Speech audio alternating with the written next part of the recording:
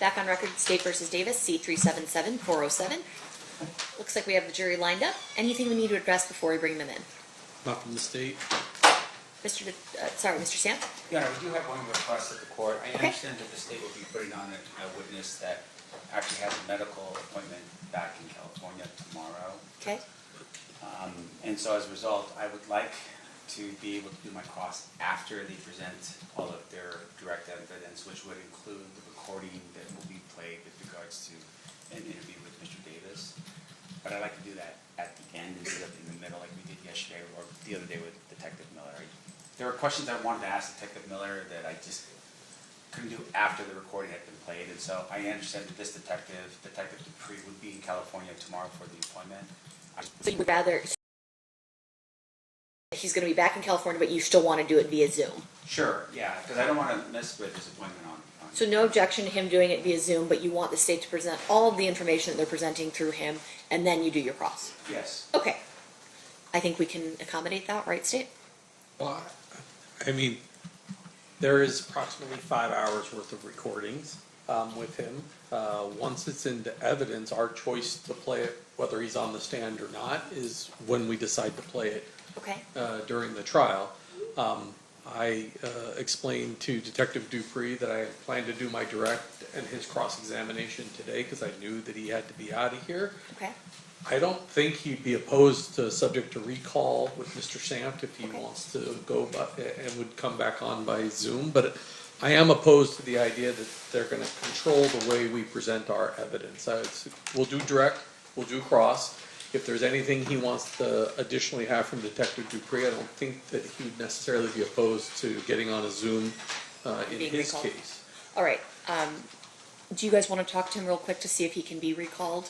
If there's something that needs to be done after everything's presented? Okay, I just want to make sure I'm clear. I heard the state basically say that they don't want me to dictate how they want to present the case. I'm perfectly fine with that. I'm just saying. You're not stipulating that they can play it outside. Look, I mean, Like, this with the is other a witness. matter of professional courtesy. I would definitely allow him to go back to California to do what he's doing. But he's on the stand. Technically, he's not supposed to be released until after the court releases him from the subpoena. And so as a result, if you want to play that game, then I would want him to stay here overnight so he can at least be cross-examined by me. I just was trying to be nice about it by doing it the other way, but it seems now like I have to recall this person. I don't trust that he wouldn't disappear in the wind. I don't care if he's a detective. Like, in my opinion, I got a problem with that. Well, yeah, but once a piece of evidence is admitted, it's our choice as to when to play it and how to play it. So, like, I'm not getting dictated how we do that. If he's done with cross, if he's going to delay cross and keep him on the stand long enough, he's free to play it during this cross-examination if he wants to. Once a piece of evidence is admitted, it's admitted, right? And so I'm going to lay the foundation. So if you're going to have him verify it and then not play it until closings or something, that's your prerogative. Or I could just, on Friday decide we're going to play, because we have hours and hours and hours of audio to play, and just having somebody sitting on the stand for audio is not necessary. Okay. I can present it in any manner I want to. It doesn't require the witness to be here to listen to it. And once so it it's sounds admitted. like what Mr. Samt is saying is he has no objection to you doing your direct and then playing it without him being here, and then he would like to do his cross tomorrow. So I was just going to see if... I just don't think we'll be through it by tomorrow. I think it may be, because we have a witness coming tomorrow, so we may be breaking up 2008 and then later on playing 2009. So I don't know when that's going to happen in our presentation of the evidence. I understand that. Kind of the issue that we're having, because we're really juggling a lot of out-of-state witnesses because nobody was in Vegas when this crime occurred.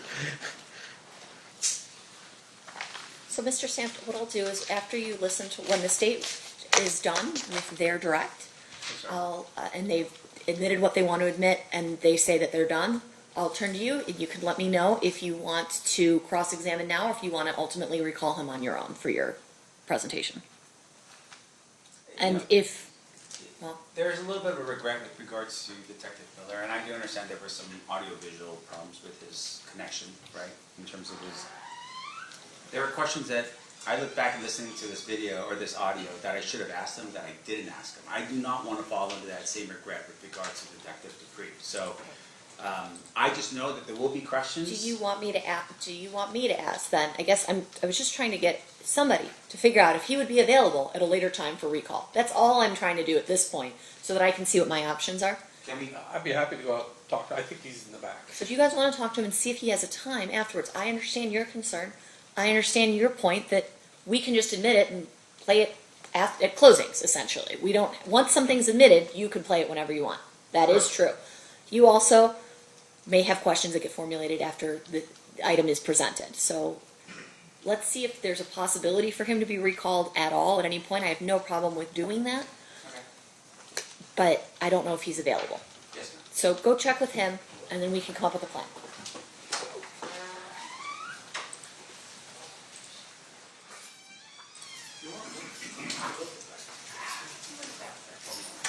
Sure.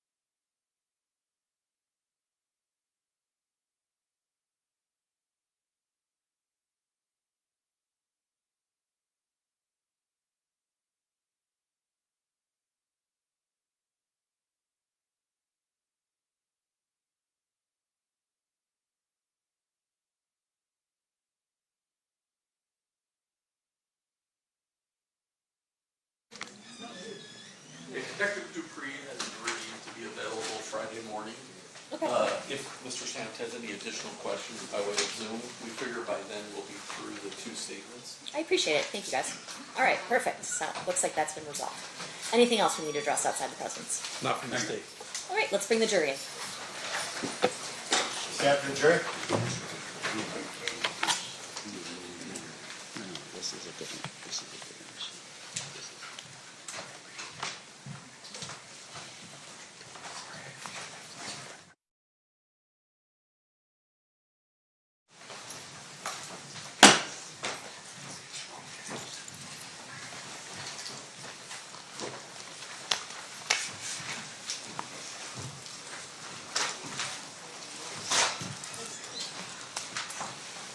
So the parties sit with the presence of the jury.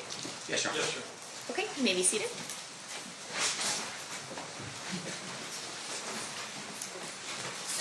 Welcome back, ladies and gentlemen. Thanks for accommodating me as we started a little bit later. I appreciate your time. At this time, we are still in the state's case in chief. Who's your next witness, Mr. Wade Lee. Giacomo? Okay.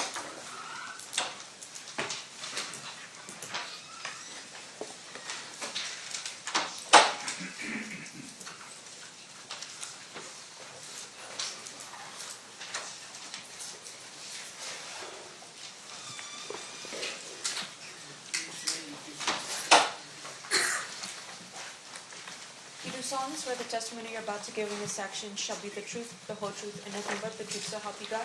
Yes, I do. You may be seated. May I please have you state and spell your first and last name for the record? My name is Wade Lee, W-A-D-E-L-E-E. Thank you, Mr. Lee, for being here. Mr. DeJocko, whenever you're ready, you may proceed. Thank you. Let me just give the clerk the next thing in order. I know we're kind of messed up with the next thing. Sir, back in the 90s, how were you employed? I was a special agent with the FBI, How long were you with the FBI? 25 years. And when did you start? May of 1996. May of 1996? Yes, Yeah, I've been retired that long, actually. 5 years.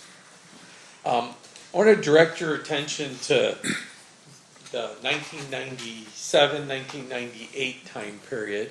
What was your assignment? What were you doing for the FBI at that time?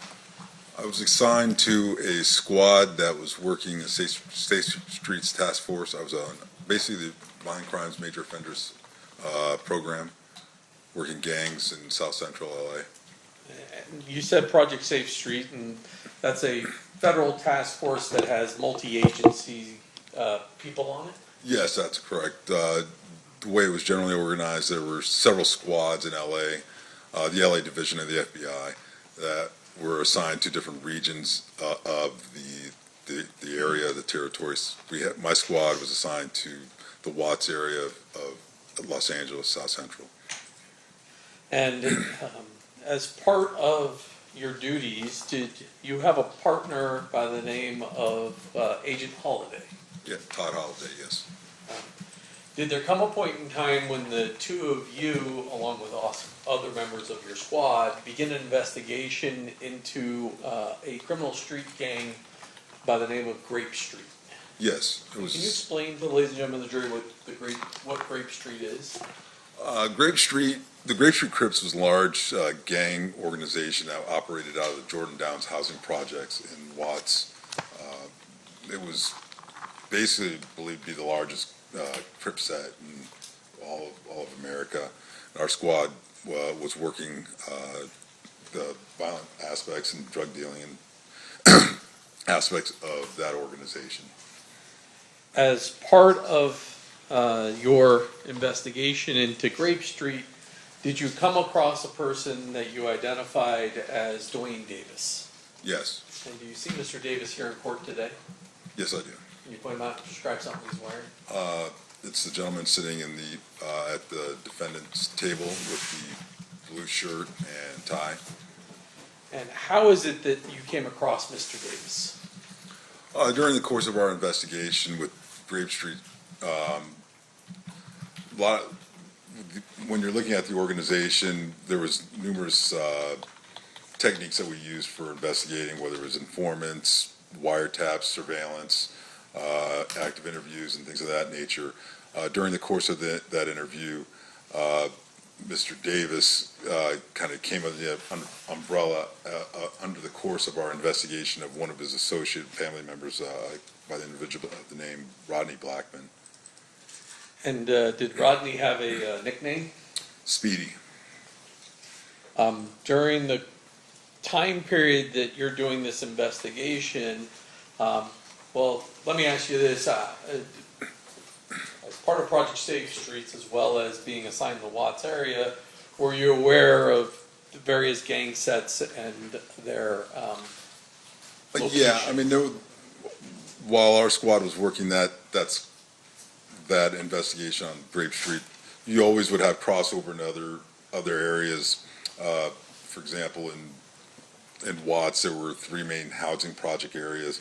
Each of them you had fairly prominent gang organizations, as well as gangs that came up from the Compton area and other parts of South Central Los Angeles. So there was usually crossover, whether it's from drug activity or other sort of gang violence, things like that. And you mentioned one of them, the Jordan Downs. Yes. What type of housing, what type of gang activity was going on in the Jordan Downs? So Grape Street Crips operated out of Jordan Downs housing projects, and it was they basically controlled that whole housing project as far as the drug trafficking, violent activity, and things of that nature. If somebody were hiding out from blood gang members hunting him, and he was a Crip, obviously, would it be safe for him to be inside the Jordan Downs? Yeah, from other rival gangs and things of that nature, yes, generally speaking. You mentioned that Mr. Davis had a cousin, I'm going to call Speedy. At some point, do you wind up learning information that allows you to arrest Mr. Davis for some criminal offenses?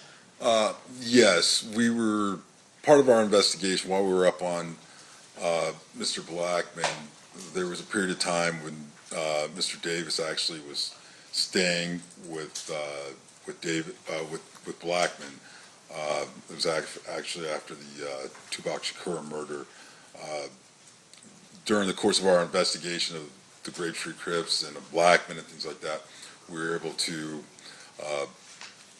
obtain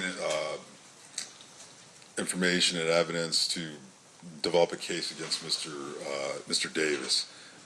And can you just describe the general allegations of the case? It was drug trafficking, 2 kilos. He was indicted and arrested for selling 2 kilos of cocaine. And the type of evidence you had against Mr. Davis, what was it? Most of it was telephone conversation intercepts from wiretaps, court-authorized wiretaps. And based upon the charges, ultimately, do you indict Mr. Davis for some crimes related to drug trafficking? Yes, he was indicted, arrested, and then eventually pled guilty.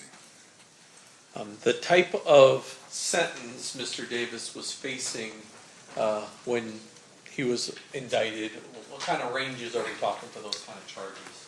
I believe it was around somewhere in the nature of 10 years initially, but it varies depending on individuals' prior criminal history, whether they were felony convictions, drug trafficking offenses, and things of that nature. It also varies depending on the type of drug that the individual might have been accused of trafficking. Back then, and at that time period, the federal sentencing guidelines, there was a difference in sentencing for rock cocaine, crack cocaine versus regular powder cocaine and things of that nature. And he was indicted for trafficking 2 kilos of powder cocaine. As part of that investigation, does there come a point in time when you do what's known as a proffer with Mr. Davis? Yes, we did. And describe for the ladies and gentlemen of the jury what a proffer is. So a proffer interview session would be, it's usually considered, it's a fairly common practice, particularly in the federal criminal justice system, where we have an individual who's been indicted and arrested, and it sort of is the beginning of a negotiation for a plea agreement, if you will. What we do is the U.S. Attorney's Office, the defendant's attorney, they all agree that to conducting an interview with the FBI. The terms of that agreement are such that the defendant has to be open and candor, tell the truth regarding the questions that we ask him. In return, the FBI, Department of Justice, will not use what the defendant says in that proffer session against him in this case, in chief that we have him charged with. There's a couple little caveats. One being that if during trial the defendant goes on to make statements that contradict what he said in that proffer session, at that point it violates it, and we can use his statements against him. Those are generally in nature. And then we agree to keep the nature of the interview confidential. Your Honor, may we approach? Yeah.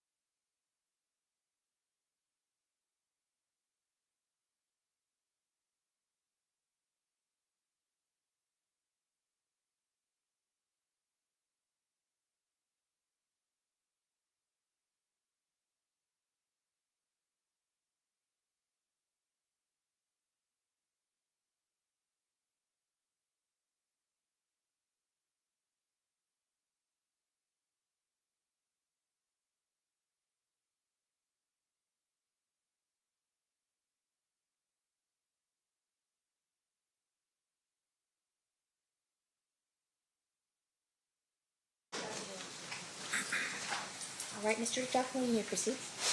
When you had your 1998 proffer with Mr. Davis, well, first of all, were you by yourself, or did you have your partner Todd Holliday with you?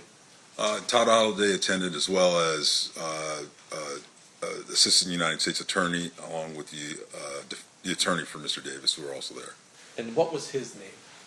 If I refer to by Well, notes. I have what's marked as State's Proposed Exhibit 46. I know you got a copy Okay. of there. That's fine. How about we use the one that I have Sure. marked, and then I'll take these Great. back from you.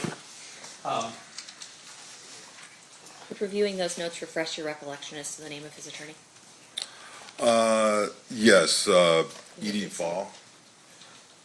Okay, after reviewing that, Oh. has your recollection been refreshed? Oh, yes, I'm Okay. sorry. I And apologize. it's Edie Fall? Yes. Understood. You may proceed. First of all, let me ask this, up until you were contacted sometime this year, have you maintained the confidentiality of this, conversation that you had with Mr. Davis? Yes. And as far as you're aware, your partner Todd Holliday also, maintained the confidentiality of it. Yes, as far as I know. And before you hit the stand today, or sometime last week or the week before, or at some point, the United States or the U.S. Attorney's Office issued a letter authorizing you to testify to these two conversations you had with Mr. Davis. Yes, referring to the TUI letter, yes. And that's a requirement that state prosecutors have to get permission from the federal government to allow you as an agent or former agent to testify to actions you took in your official capacity as a federal law enforcement officer. Yes, regarding those two interviews, yes. How is your proffer with Mr. Davis documented? Usually, we use the standard FBI reporting mechanism, which is a FD 302 report. And that is essentially a report that lays out the information you received. There's no audio recording of that particular conversation. That's correct. And is there a FBI 302, well, what's in front of you, and I forgot the number, is it 146? 146. 146, is that a fair and accurate copy of the description of the conversation that you were a part of with Mr. Davis on July 16th of 1998? Yes, it is. Move to admit 146. 9. No objection. So admitted. Now, I'm not going to have you go through everything that was in there, but what is your purpose in talking to Mr. Davis in the proffer session? Well, the purpose is to glean as much information as we can regarding what he knew or knew at the time regarding gang, drug, violent activity going on within the Watts and Compton areas. Were you investigating directly, at least, the Tupac Shakur murder? Not directly, like it wasn't, we weren't assigned, we were working our normal gang activity investigations. However, it was known to us that he was a person of interest, Mr. Davis was a person of interest regarding that homicide. And so during this proffer session, you asked him questions about that as well. Yes, we did. I'm going to go through 146 in front of you, and actually I can roll it up here on the screen for you.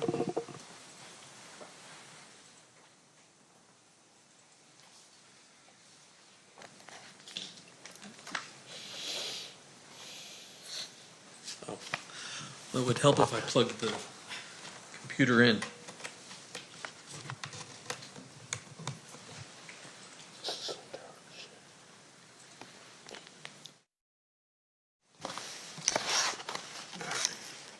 So that's what the front page of this 302 says.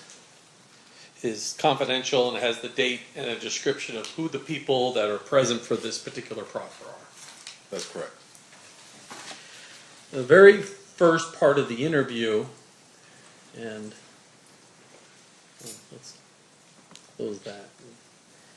There, you have a discussion with Mr. Davis about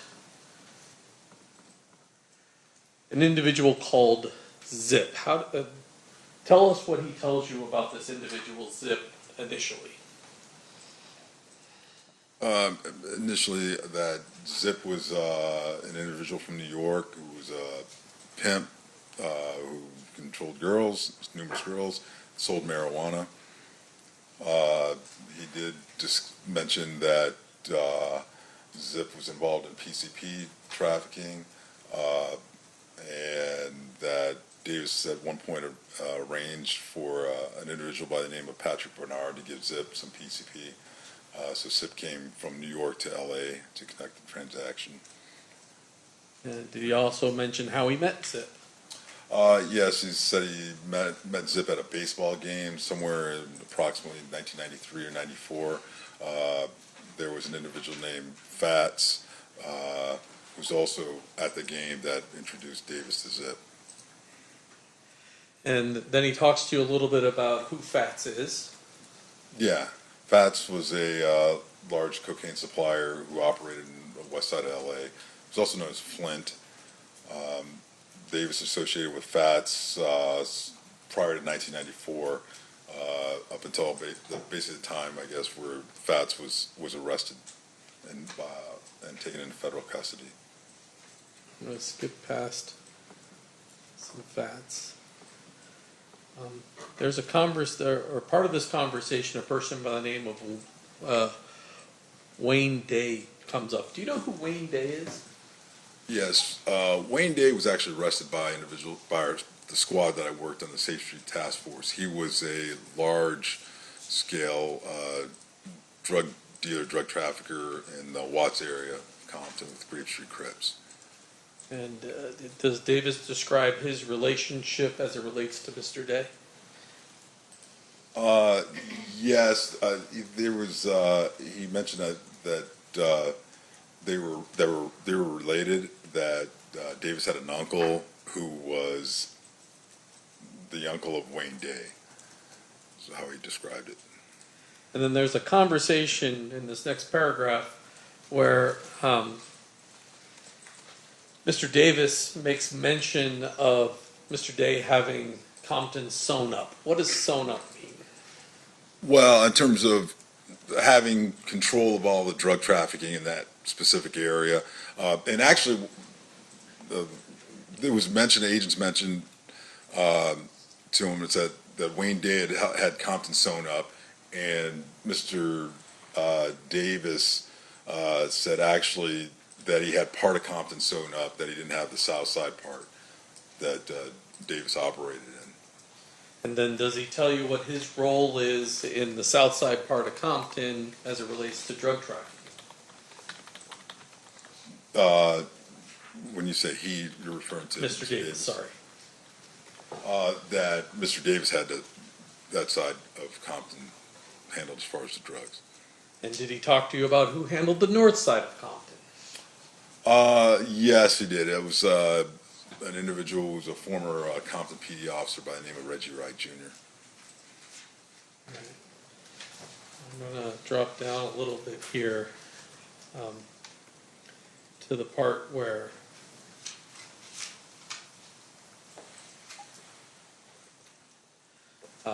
he talks to you about both him and Mr. Blackman being major suppliers in the Jordan Downs housing project in Watts. That's correct. And then he begins to talk to you about the start of Death Row Records.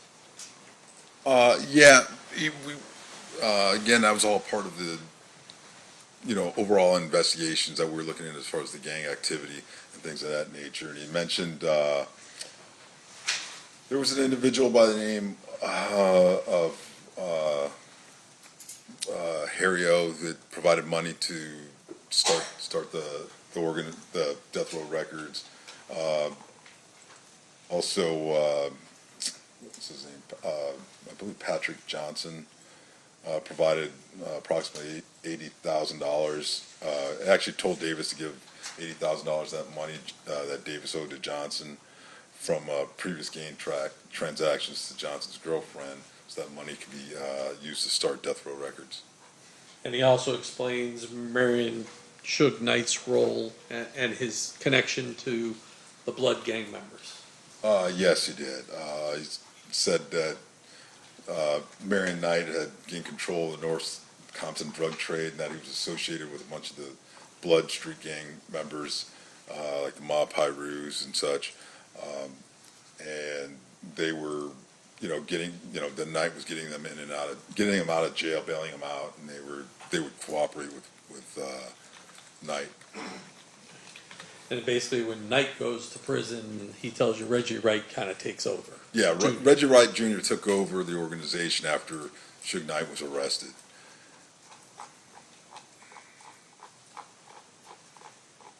You already mentioned Harry O. But Davis claims to actually be involved in the delivery of some of the money associated with the startup of Death Row Records. Yes.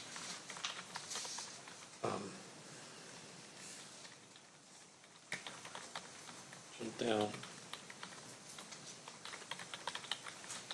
I'm going to start. You see at the top there. You ask him about his prior relationship with Mr. Knight prior to the murder of Tupac Shakur. You see that paragraph there?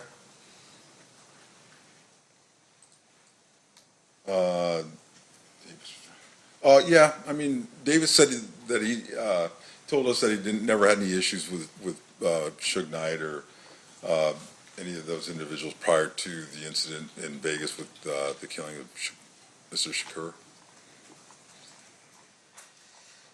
And Mr. Davis goes on, and I'm going to skip down just a little bit, but he basically accuses two Compton Police Department officers, Sergeant Reynolds and Lieutenant Reggie Wright Sr., the father of Reggie Wright Jr., as basically being corrupt officers. Yes. Yeah, that Reggie Wright Sr. was a lieutenant with Compton Police Department, and then Reggie Wright Jr. was a former officer with the police department. He had then started a company called Right Way Security, and then he was working with Suge Knight, doing security, although some claimed it wasn't on an official capacity, for Death Row Records, working at their parties and such and things like that. And they would, Right Way Security, they would employ Compton PD officers and things of that nature to conduct their business for Mr. Knight. And he also mentions Omar Bradley. Who's Omar Bradley? Omar Bradley's former mayor of Compton, the city of Compton. He mentions Mr. Bradley saying that he was associated with Knight and the other Blood Pirate gang members. Skip through the part.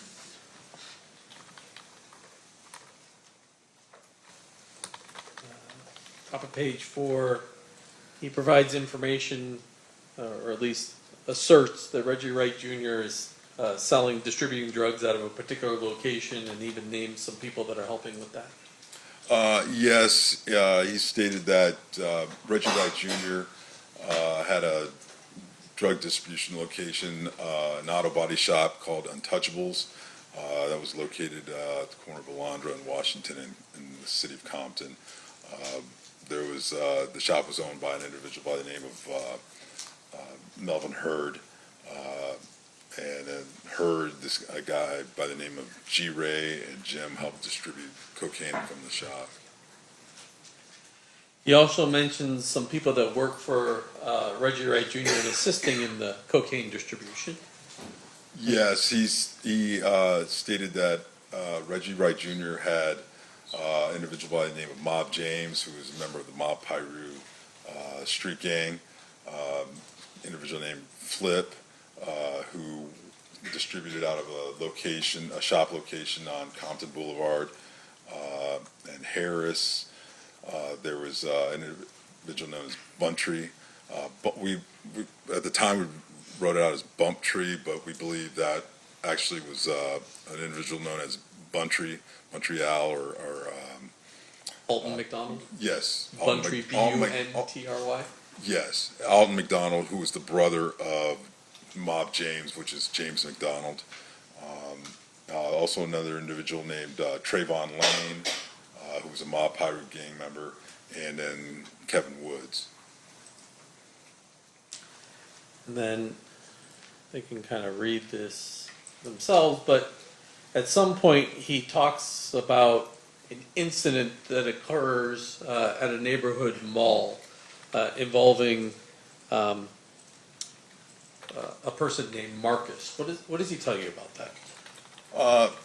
Yeah, this was a few weeks before the murder of Tupac Shakur. This individual, Marcus, who was a Southside Crip, was at a mall by himself.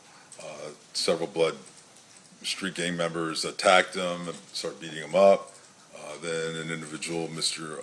Orlando Anderson, who was the cousin or nephew of Mr. Davis, observed what was happening and went in to help Marcus, and they beat up and fended off the other gang members. And then he moves on to describe the incident at the MGM casino the night of Mr. Shakur's murder. Yes, he did. And what did he tell you? He told us the day of the murder of Tupac Shakur that the blood street members, some blood street gang members saw at night. They saw Orlando Anderson. They attacked him because of the previous incident at the mall. After the attack, Mr. Davis, Anderson, Orlando Anderson, and their girlfriends went back up to their hotel room at the Excalibur Hotel, and he said that was it. They didn't have any involvement. They stayed in the room the rest of the night. He tells you that the room was in Anderson's name. Yeah, the room was in Anderson's name, that they had driven up to Vegas from the LA area in a Land Cruiser, and that they had some other associates, Corey Edwards, Kevin Davis, Terry Brown, aka Bubble Up, Big Dre, and Wynn also traveled to Las Vegas. They stayed at the MGM. And he repeatedly denies to you knowing who killed Tupac Shakur. Yeah, he said they didn't have any knowledge of what happened, that they weren't involved. He did later speculate that maybe it was some Compton police officers that were working for Suge Knight, and that maybe it was because he had heard that Tupac was talking about possibly leaving Death Row Records or something to that effect. But His suggestion was that perhaps Knight, who's driving the car, had Compton police officers shoot Tupac in the car Suge's driving. yes, something to that effect. I'm going to keep rolling down here. He gets back at page 5 to talking about Zip. So how does he tell you? Well, he talks about Zip and how he becomes associated with the Notorious B.I.G. Yeah, he said that back in 93, 94, Zip introduced Davis to Notorious B.I.G. at Summer Jam concert. And Davis would associate with Notorious B.I.G. when he was in LA area, but they never had any like drug connections or anything like that. He tells you that he was actually at the Peterson Automotive Museum the night Mr. Wallace was killed, That's correct, yes. and that he saw some, at least people associated with Death Row Records, at that location. Yeah, he told us that prior to that, the night of the murder, Davis observed some females associated with Death Row Records at the party. He said, well, like Jewel, a singer, Lachelle, a comedian for Death Row, and Davis believes that they saw Mr. Wallace at the event, and then called blood gang members to come. Davis did say he observed Reggie Wright Jr., DJ Quick, who was a performer for Death Row, Theo, a local disc jockey, and about 10 or 11 other Treetop, Fruitown blood gang members arrived at the event. Davis told Mr. Wallace that they were to watch, that they were there and they should watch out. And then shortly thereafter, Mr. Wallace was shot. But Davis wasn't there; he didn't see who actually shot. shot him. But once again, he tells you that he believes that Reggie Wright Jr. and Blood Gang members are the people that killed Mr. Wallace. Yes, he said he believed that Reggie Wright Jr. and the Blood Gang members associated with him were the ones responsible for killing Notorious B.I.G. When asked who the individual was who actually killed him, based off of there was a composite drawing that was that had been provided and was kind of passed around, so we showed him that. Davis responded that the composite looked just like Reggie Wright Jr.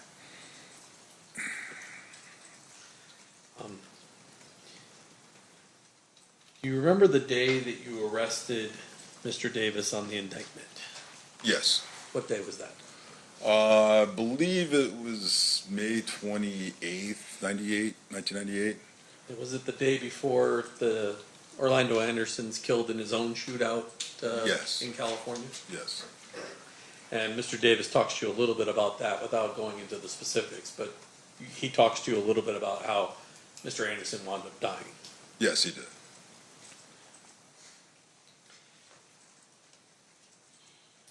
And thereafter, and I'm not going to go through all of these, he initially denies distribution out of state, but eventually talks to you about a lot of different locations engaged in distributing cocaine. Yeah, I mean, we asked him to discuss all the individuals out of state who he supplied cocaine to and all the local individuals he supplied and distributed to. He initially said that he hadn't distributed out of state to anyone or knew of anyone who did it within the last 3 years, but then he went through and we started asking about specific individuals, and he would provide more details and information about who he had supplied and what he had supplied and sort of the details.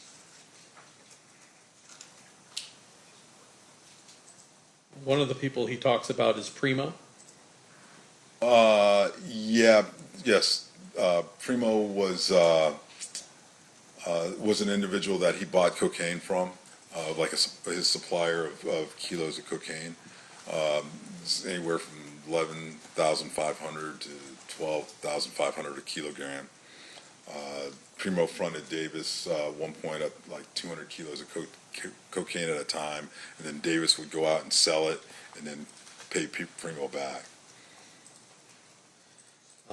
He also mentions Corey Edwards getting drugs from Mr. Davis and being out in Ohio and distributing cocaine in Ohio. Yes, Davis said that at that time, back when we were interviewing him in '98, up until about 3 years prior, that he was supplying Corey Edwards, who was selling cocaine all over Ohio. But I guess Edwards got into, he said at one point Edwards got into some trouble with his Cleveland drug contact, and that individual started coming out to acquire cocaine directly from Davis. That was an individual named Bubs who resided in Cleveland. Eventually, he describes how Primo goes back to Colombia and he gets a new supplier by the name of Samuel Lopez. Primo, I guess, departed the U.S., so we had to start selling cocaine in smaller quantities, and he came across a supplier by the name of Samuel Lopez, whose brother was actually in federal custody. Then Davis had heard that Samuel Lopez went back to Mexico after the FBI attempted to arrest him. And I guess there was a younger brother, or another Lopez, George Lopez, used to answer the phone for Samuel Lopez at the time. And I'm not going to go into this, but there was a discussion of someone named Dupree, but that guy's full name was Azel Dupree Hall III, correct? Yes, that's correct.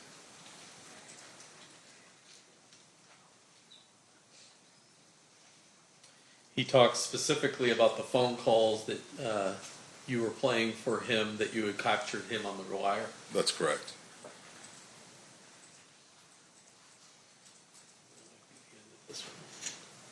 Oh, At the very end, he denies that he's the leader of the Southside Crips and claims Darnell Brim is actually the leader of the gang.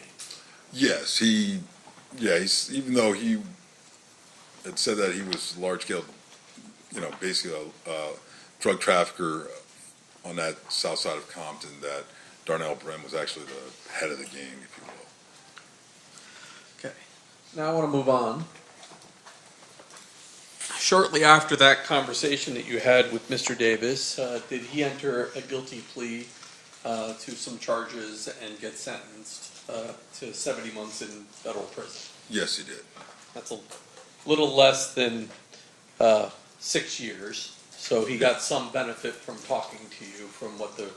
Yeah, I don't know if it was 70 months, it might have been 77 months, 70 or 77 months, I don't recall specifically. Judge, I have in my hand, it says it's admitted, but I don't remember offering it, a certified copy of the indictment, the plea, and the judgments of conviction in United States District Court for the Central District of California, case CR-98537, evincing his... I have the parties approach.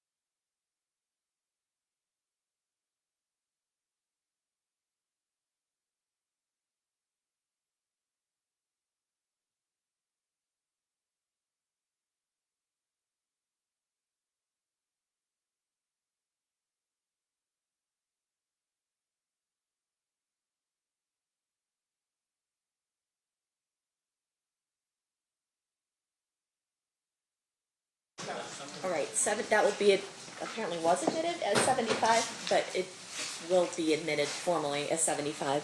Additionally, ladies and gentlemen, you have heard and will continue to hear testimony regarding drug trafficking, conspiracy, gang affiliation, as well as a federal conviction of Mr. Davis's. These are not offered to show that Mr. Davis has a propensity to commit crimes.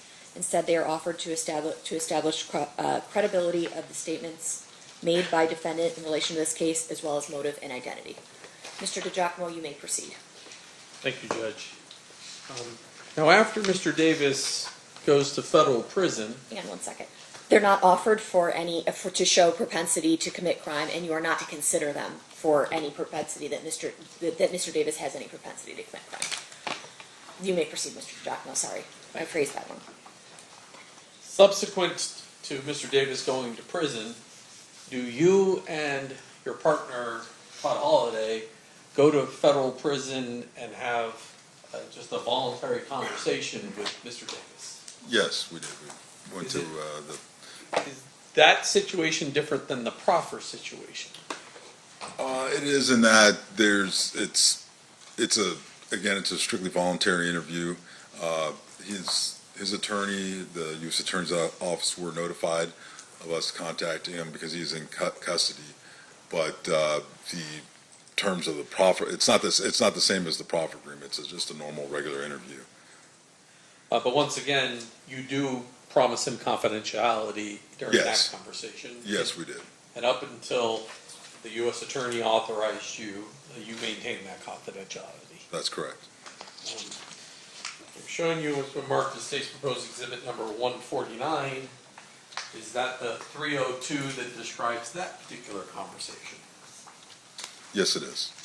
Move to exhibit 149. Any objection? No objection, Your Honor. So admitted. And I'm going to put that one up on the screen. Can you tell me the date that occurred? The interview, let's see here, April 15th, 1999. Okay. And the report's generated on April 20th of 19. That's correct. Okay. You begin the conversation with him talking about Mr. Anderson and his death. Is that fair? Yes, that's correct. And then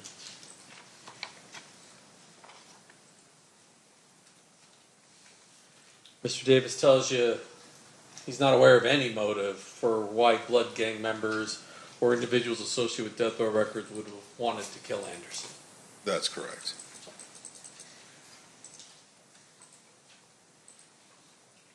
And then he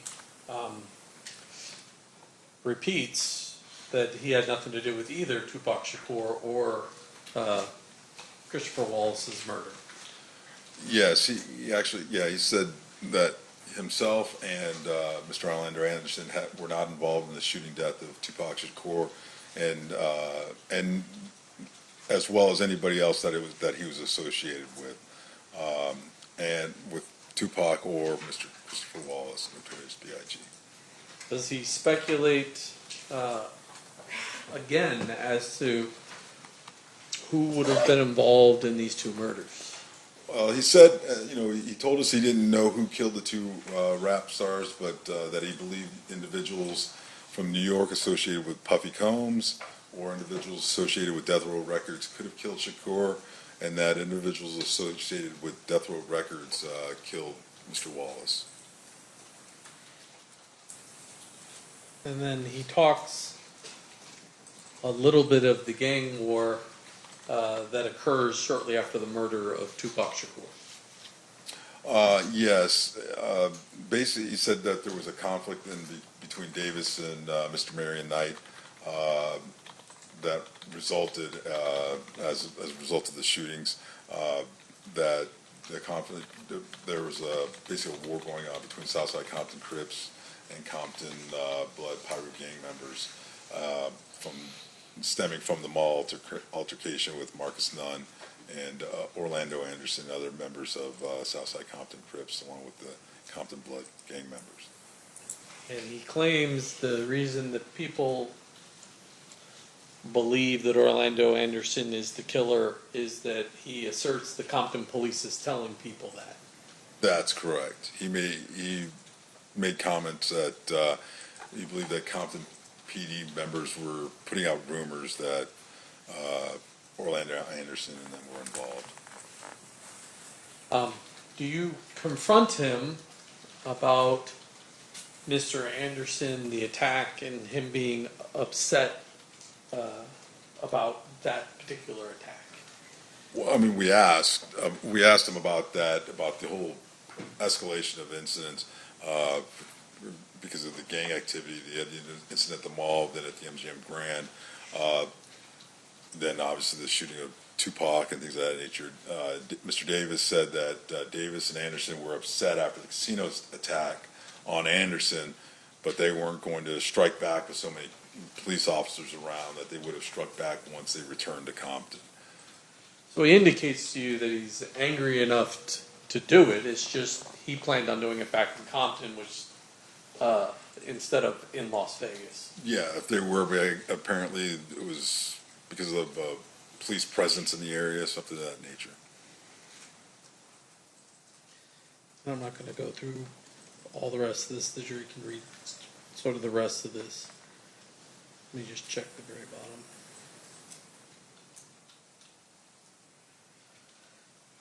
Well, thank you, Agent. That completes my questions. Okay. Mr. Sant, cross-examination. Thank you, Honor.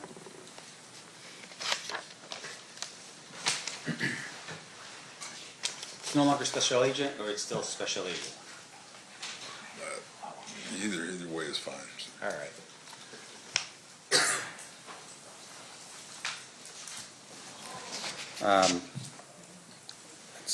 We'll stick with Special Agent Lee. Okay. All right. Now, sir, fair to say, working for the FBI would have been something of an honor, I would imagine, working for Yes, an sir. organization like that. Yes. Fair to say, of course, that working for the FBI, I would imagine that other people would consider that to be the creme de la creme of investigation throughout our entire country. Yeah, some people would consider that, yes. You put on seminars for law enforcement agencies throughout the country to help them with their investigative efforts, to help them become better police officers and detectives, fair? You're talking about me specifically? No, no, or- well, you as the FBI. Oh, okay, yes, yes. And with regard to that, have you ever gone to Compton Police Department to learn how they do their investigative techniques, make yourself or your agency a better agency, or yourself as a better special agent? I'm sorry, could you repeat? Have you ever gone to Compton Police Department to see how they do their investigations to become a better agent yourself? No, I did not. All right. And once again, with regards to what you do as the FBI, you're very specific in your task, right? Your task is whenever there's a violation of federal law, for instance, you're the agency that would be tasked. I'm sorry. That's all right. Yeah. With regards to federal law, if there's a violation of federal law, you're the agency that typically would be tasked with the investigation, right? Correct. Now, we talk a little bit about the 302s in this case. And a 302, just for the jury's edification, when you say it's a sort of a means, it's really just a piece of paper and a pen, right? It's a report. Right. And so you are writing out what your impressions or recollection was of a specific event or time, right? Correct. So if you're sitting in a room and we're having a conversation, you would note in your report who's in the room and what your impressions were of what was said and who said what, right? Correct. Now, of course, juries here would be curious. You know, we have recorders now, back in 1996, 1998 in this case. Recorders were available to the FBI, but of course, that's not how you do your job. The use of recordings for the FBI they were not standard policy and procedure for the FBI at that period of time. Yeah, and you've retired since, what, 5 years ago? Yes. During that time period, has it changed in terms of that policy with the FBI? During the time period that I've been retired, Right, no, up until the time that you retired. Has the policy changed? the standard procedure is no, not to record.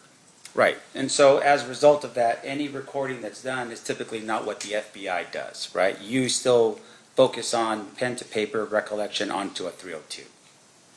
Yes. Okay. And so in terms of how you do it, the 302s that we read or at least saw put into the record is the work that you recall, your partner recalls during the course of an investigation. Of that event, yes. Okay. Now, in terms of the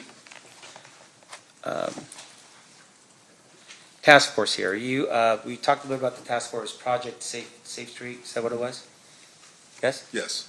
Can you tell the jury a little bit of what that project was about? The Safe Streets Task Force? Yes.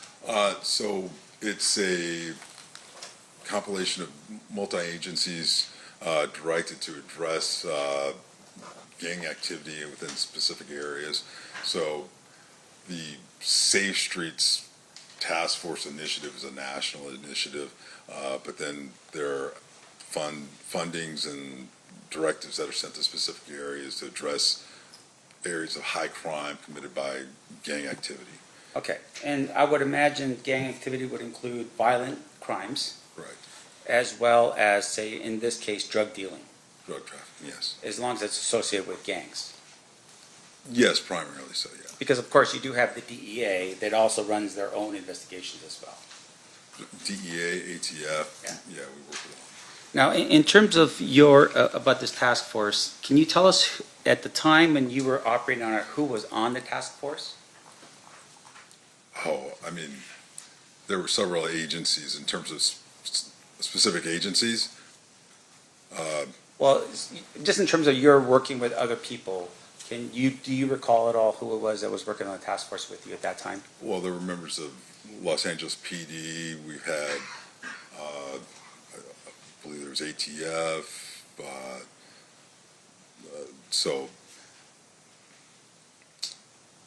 So there was multiple aspects of the task force. So different squads had different elements working depending on what cities they were in. So we would have Inglewood PD, Compton PD, LA County Sheriffs, LAPD, DEA, ATF. I believe we even had postal inspectors that might be involved. There was just a myriad of different agencies. Sure. Can you tell us who from the Compton Police Department was part of your task force? Our specific task force, the squad that I was on with Mr. Holliday, we did not have an element from Compton PD. Why was that? Because we were working in an area that was in Watts, in South Central Los Angeles, so we had LAPD elements, LA County Sheriffs. So one of the things that we saw today was that one of the individuals that potentially was somebody of interest, I would imagine to you, was a police officer from Compton by the name of Reggie Wright Jr. Well, he was a former police officer. There was Reggie Wright Sr., who was his father. Okay, so your work in Inglewood and this other area, I would assume that that information with regards to Reggie Wright Jr. would have been sent to whoever it is that was working that particular area of LA? Or of Compton. There was a different squad that was working Compton, yes. Can you tell us who that squad was? What do you, Who was in that squad? the agents, or, Yeah. to be honest, I don't, well, I mean, some of the agents I recall. Do you know who that you can recall that was there?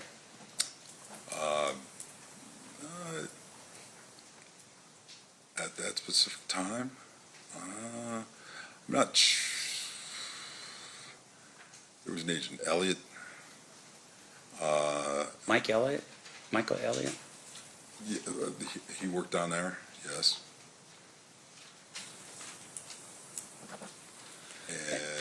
And I don't want to strain you a little bit here. Yeah, I mean, it's, yeah. So and the reason, For clarification, because over that time period, H's will change squads and things of that nature. Like I left the gang task force in 2003, and squads would move and change objectives. So who was working at that specific time? There may have been somebody at one period and then it changed or whatever over the course of time. and would it be fair to say, of course, that something like this, if you really need this information, you would refer to a 302, to refresh your recollection if you had it? Yes. Okay. Now, in addition to that, though, in terms of your role here, there was a proffer session that was conducted with my client, with Mr. Davis. Yes. And that proffer was set for July 16, 1998. That's the exhibit, I don't know, I think it's that one right there. That's correct. Up in the top right-hand corner, do you see the date? That was the date of the report. Right, so Yes. it'd be dated It was July actually 16th. July 14th. was the Oh, date. July. Okay, so even though the date says 16th on this, it would be the 14th? Yes, well, so there's a little bit like, yeah, the date of the 16th is the date of the report. Down at the bottom where it says 7/14/98, that's the date of the actual activity. Okay.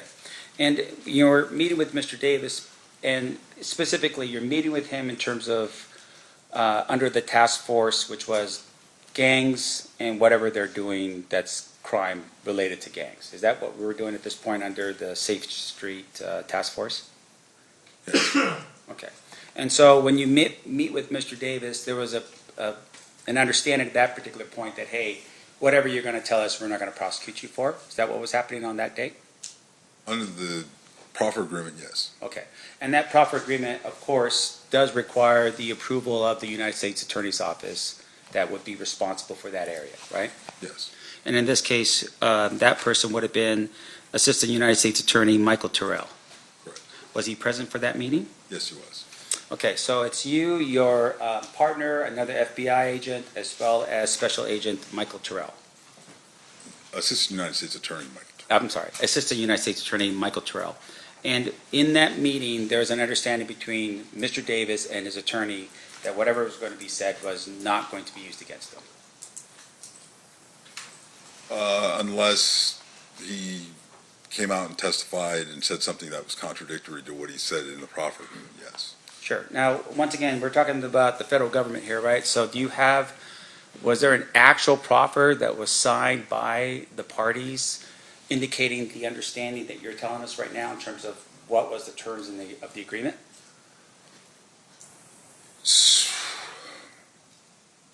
My recollection is that there is, but that's maintained by the United States Attorney's Office. Okay. And since we're talking about that particular proffer here today, fair to say that would be relevant information that we should be considering? Would you Objection repeat that? to the form of the question calls for a legal conclusion. Okay, sustained if you would rephrase. So I want to make sure I'm clear here. We are talking about a proffer. You're telling us that there is an actual writing, a contract of some sort between yourself and Mr. Davis with regards to that proffer. Do you have a copy of it here today? That's not between myself and Mr. Davis. It was between Mr. Davis and the United States Attorney's Office. Okay. And once again, do you have a copy of that here today? No, I do not. Now, in terms of your understanding of this agreement, Mr. Davis gives an agreement, and in the agreement, I'm assuming, the idea behind it is that he has to give you truthful information, right? Correct. And if there's no truthful information, then he's exposing himself to a potential crime in which he's now freely admitted to it, right? I'm not sure I understand the question that So- you're asking. Here, I don't want to break it down for myself because maybe I don't understand. So a proffer agreement promises the person that you're interviewing that we're not going to prosecute you for what you're telling us. Right. If the person's lying and you catch them lying, then technically the proffer doesn't count anymore because they violated their terms of the agreement. Is that how that goes? If they lied during the agreement During the or proffer? during the proffer session. Right. So that doesn't necessarily, the benefit is for consideration for plea bargaining and sentencing consideration.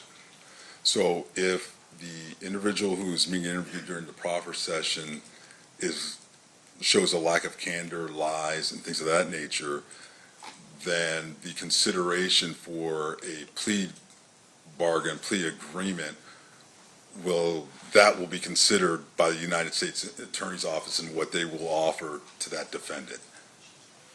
As far as using it against them, it's still the proffer agreement terms as far as using that information against them in that case in chief on that charge, we would still not use it. Does that make sense? Sure. I just want to make sure it makes sense to these. Right, okay, so one of the things about the proffer agreement is it's, as I said earlier, was to set up it's the beginning of a sort of plea negotiation, period. So we go to Mr. Davis, we say, you come in, you tell us the truth, we won't use it against you in this case or whatever, regardless of what you say, and the United States Attorney's Office will take that information, determine how useful, how valuable it is. For example, not in this case, not necessarily in this case, we've had individuals who provide information and then they actually go on to become cooperating witnesses for us. They're willing to testify in case against other co-defendants and things of that nature. All of that gets utilized in determining the sentencing for that person and for reducing their sentence on that federal charge. As you're suggesting, if an individual comes in and they're not truthful, they're providing us information that we know is factually inaccurate based on our other investigations, surveillance, wiretaps, and things of that nature, and statements from other witnesses, we would report that to the United States Attorney's Office, and they would take that as far as the sentencing that they would offer for the plea agreement. They would say, well, your client hasn't been forthright and candor, we're not going to reduce it at all. Did you do that in this case? Was there any recommendation from you or your partner back to the United States Attorney's office, and specifically to AUSA Michael Terrell, that said, hey, Mr. Davis is not being forthright and truthful with regards to his July 14th, 1998 statement? I did not specifically do that. Whether or not Mr. Holliday did, I'm not aware. Now, let me ask you this then. So he gives a statement, and I want to make sure we're clear. You listen to what Mr. Davis says. Did you ever verify the information in here specifically about allegations of Tupac Shakur's murder?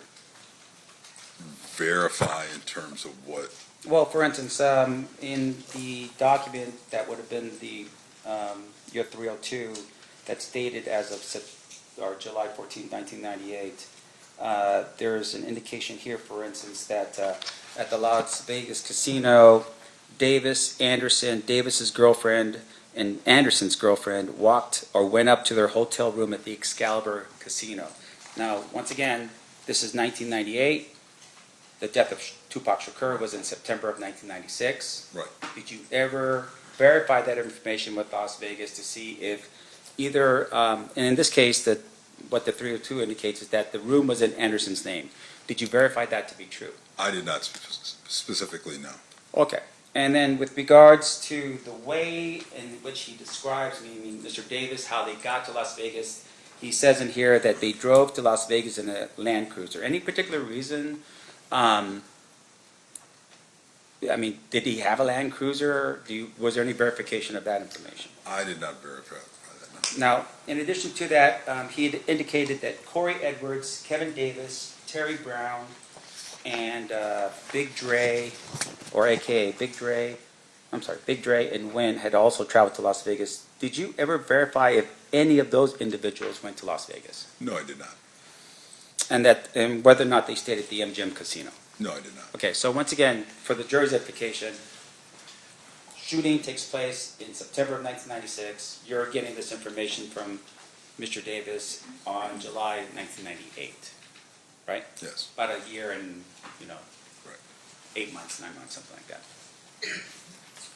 Now, in addition to that, he had made mention, at least with that first interview, that he believed that Compton police officers had been the ones to have committed that particular act, the crime in Las Vegas, in terms of the shooting of Tupac Shakur. Mm-hmm. Is that a yes? Yes. And once again, that's just for the I'm record. sorry. Yeah, Okay. I'm sorry. And with regards to that, though, sir, did you ever look into the possibility that Compton police officers may have been involved in the shooting of Tupac Shakur? I did not specifically know. Okay, and when you say I did not specifically, do you have any personal knowledge as to who in the FBI was responsible for following up with that information? I'm aware that there were numerous investigations going on. There was Las Vegas PD had an investigation. There were Compton PD, LAPD. There were numerous elements of investigation going on regarding the murder of Tupac Shakur.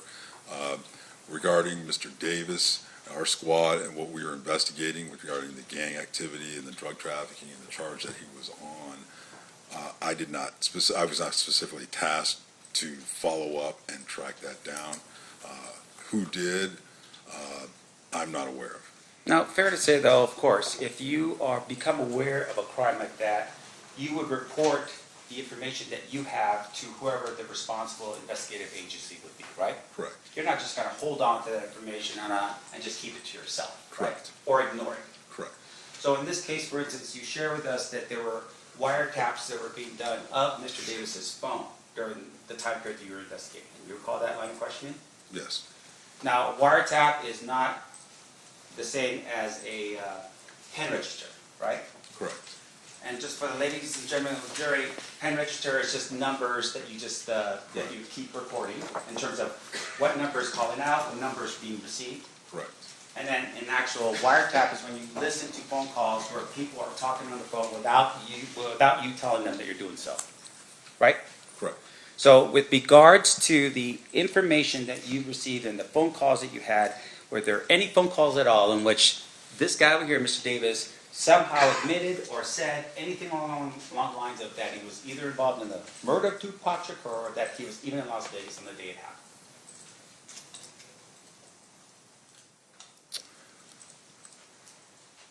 So the first part of the question, no, that would be, no, there was nothing.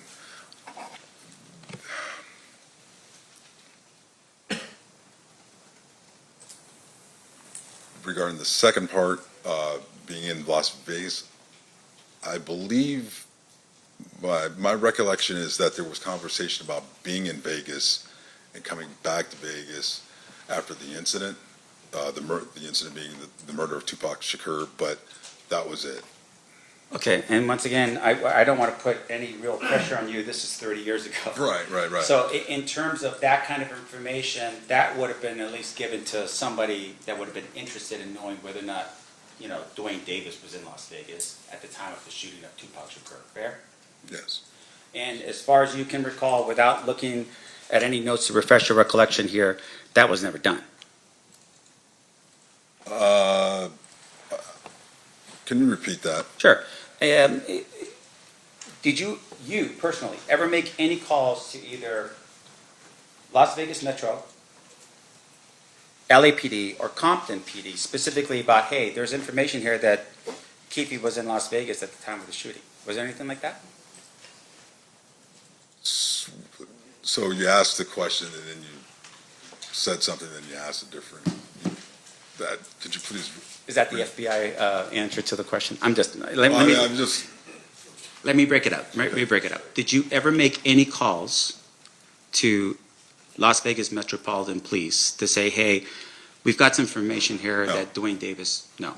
Did you ever make any calls specifically to LAPD to say, hey, I've got this guy on the phone, or he's making some discussions here that he was in Las Vegas at the time of the shooting of Tupac Shakur? No, I didn't make any calls like that. And then I'm assuming with regards to Compton PD, did you ever call Compton to talk to somebody like, I don't know, Reggie Wright Sr., the gang guy over there, to say, hey, by the way, one of the guys from your community is saying that he was in Las Vegas at the time of the shooting of Tupac Shakur? No, I did not. And I appreciate you breaking that down because I didn't want the jury as well to be confused. Now, in addition to that, you had made mention about the type of volume here, or what the type of volume that Mr. Davis was moving in terms of drugs. I want to make sure I'm clear. What kind of drugs are we talking about? Cocaine. Okay. And can you tell us, just in volume, what kind of volume that Mr. Davis was moving at that time? I can't, I would be total speculation, based off of what was said in his statements to us. Yeah. I mean, there was one where he said something, I believe, to the effect of like 70 kilos at one time, or that he was fronted large amount. I'd have to look. May I refer back to the report? Sure. Let's see here.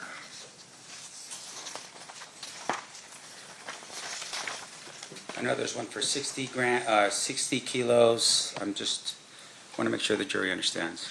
Oh, I'm sorry, Primo Fine Davis, 200 kilos at one time, Okay. so fairly large scale. Did you ever prove, was that ever proven to be true? that he received that quantity of cocaine at that time? Yeah, sure. I mean, confidential informants show up on scene, undercover police officers are there. No, sir. Anything like that. No. So it's literally what he's just telling you, right? In your 302 for this Yes. particular time. But no verification whether or not that was true or not. Regarding that specific transaction, no. Sure. Or let me make sure I'm clear here. That specific transaction of 200 kilos is what we're talking about. Yes. Okay.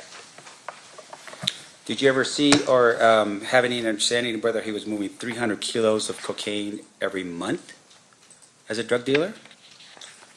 Did you ever get any information indicating that he was moving 300 kilograms of cocaine every month? I did not have that kind of specific information, no.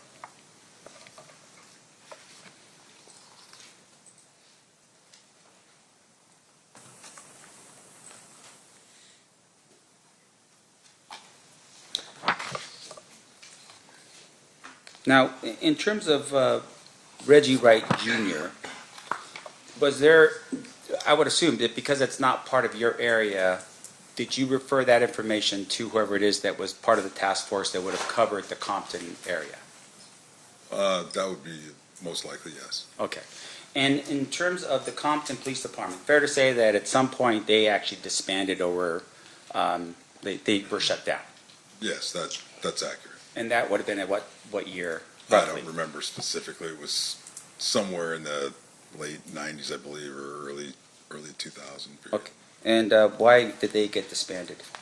I don't know these specifics. I know there was numerous allegations of corruption and such and things like that in the department. Organizational, structural problem deficiencies. Okay. Your Honor, may I have a brief moment? Yeah.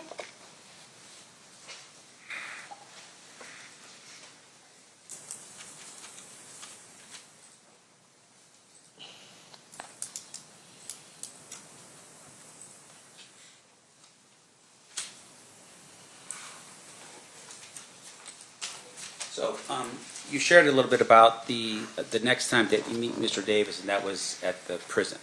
Correct. And it's you and your partner still, Special Agent Holliday? Yes.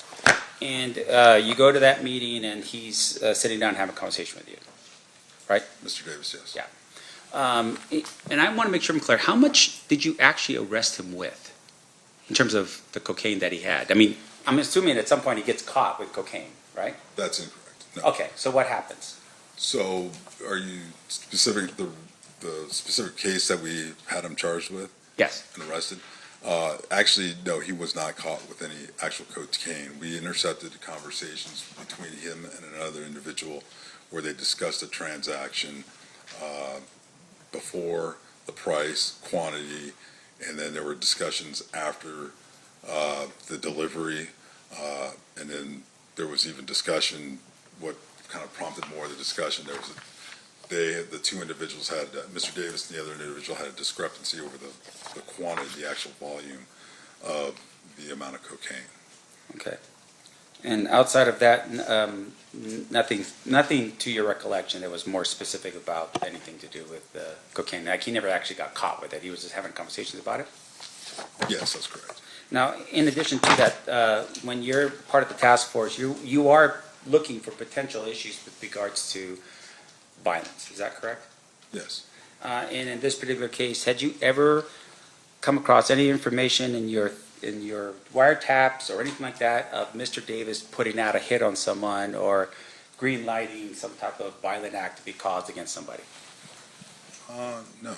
No. And that would have been part of it would have been maybe an enhancement under the sentencing guidelines in terms of if you're looking at increasing his amount of time, is that, hey, he's also doing something in furtherance of, his self. Violent activity and things of that nature, we would definitely be looking for, yes. Right. And in this particular case, you don't have any proof of that at all? No facts to that? Of him being violent? Yeah. That's correct. Now, there is a discussion here that Darnell Brim was identified as potentially the leader of the Southside Crips. You recall that? It should be at Yes. the end of the second 302 that you have. Yes. Now, in terms of that, did you ever verify that information as to whether or not Mr. Davis was lying or not about that? No, I did not personally verify that. And so as of this particular moment, as you're sitting here right now, do you have any facts at all that establishes that Mr. Davis was a shot caller or the leader of the Southside Crips? Could you repeat that the way you phrased Meaning, it? do you have any facts? Do you have something that says he said it on the phone? You know, I don't know what they do. They attended a meeting. I mean, you know, it's like, No, so, I mean, with these gang organizations, there's not like membership cards and things of that nature. It's not like you know, they've got a organized org chart of who is the president, vice president, and this and that nature for the most part. A lot of times it is just word on the street, who runs this area, who's in charge. And it was the way we assessed that Mr. Davis was one of the leaders of the Southside Compton Crips was the totality of information we'd received from numerous informants, witness statements, and things of that nature, And so- wiretaps and things of that. I'm sorry to interrupt. Go ahead. You done? Yeah. Yeah, and I would imagine that because Mr. Davis was a drug dealer, that, you know, the money that he was bringing in was probably the reason why he was, you know, considered to be a leader in the Southside Crips.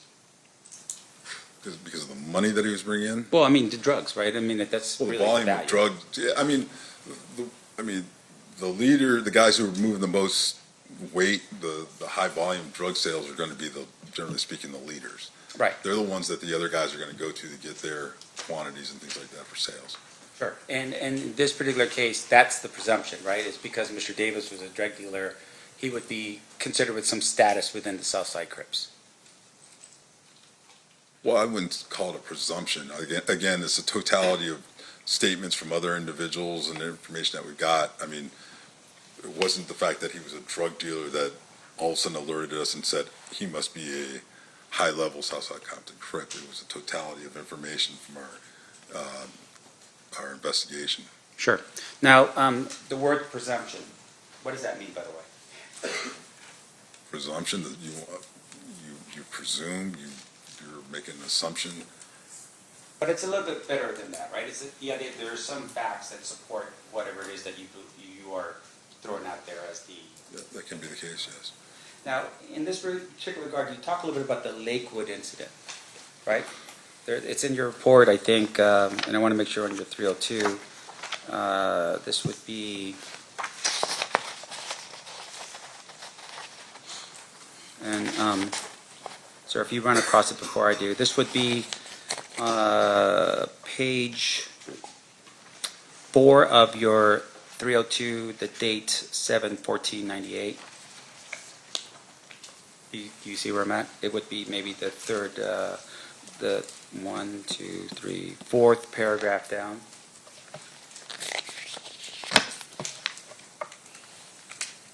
The Lakewood, are you referring to at the mall?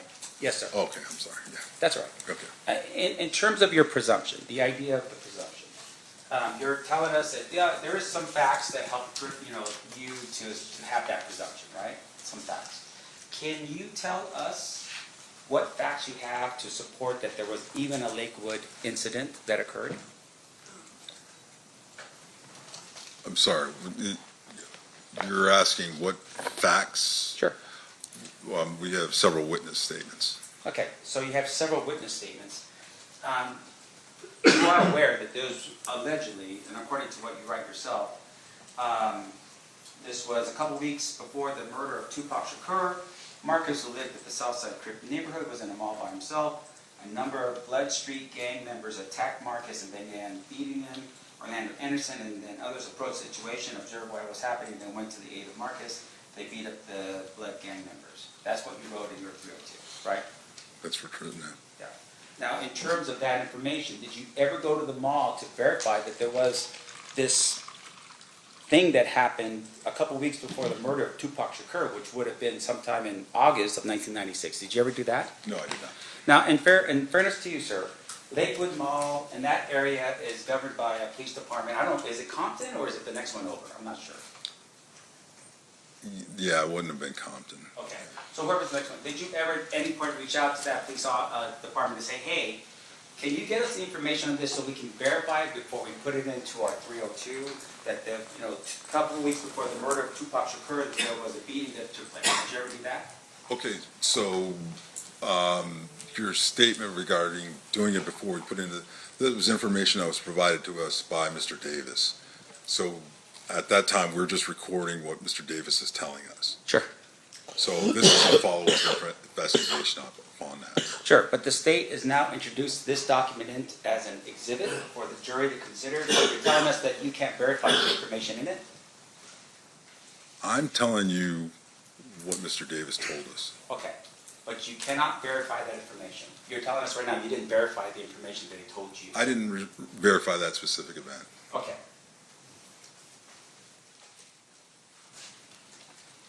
Do you know if your partner did?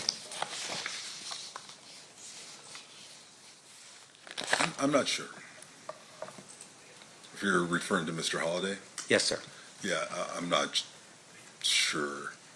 I don't want to speculate yes or no. No, and I appreciate you doing that. I don't want you to do that either. Okay.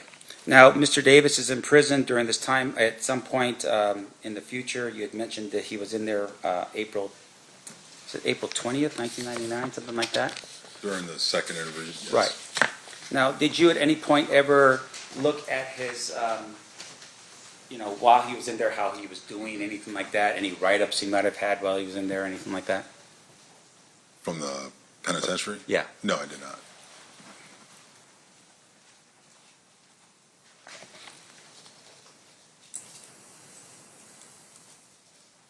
And then finally, just one final thing here. There was some mention in your 302, and I apologize for bouncing you back, but I'm taking you back to the July 14th, 1998 302. But in that 302, there was an allegation, or at least some information that you documented that stated that Reggie Wright Jr. Was dealing drugs out of a auto shop called the Untouchables Auto Shop, owned by Melvin Hurd. Do you recall that? That's actually on the top of page 4. Yes. Do you know why that's important and why you included that in your 302?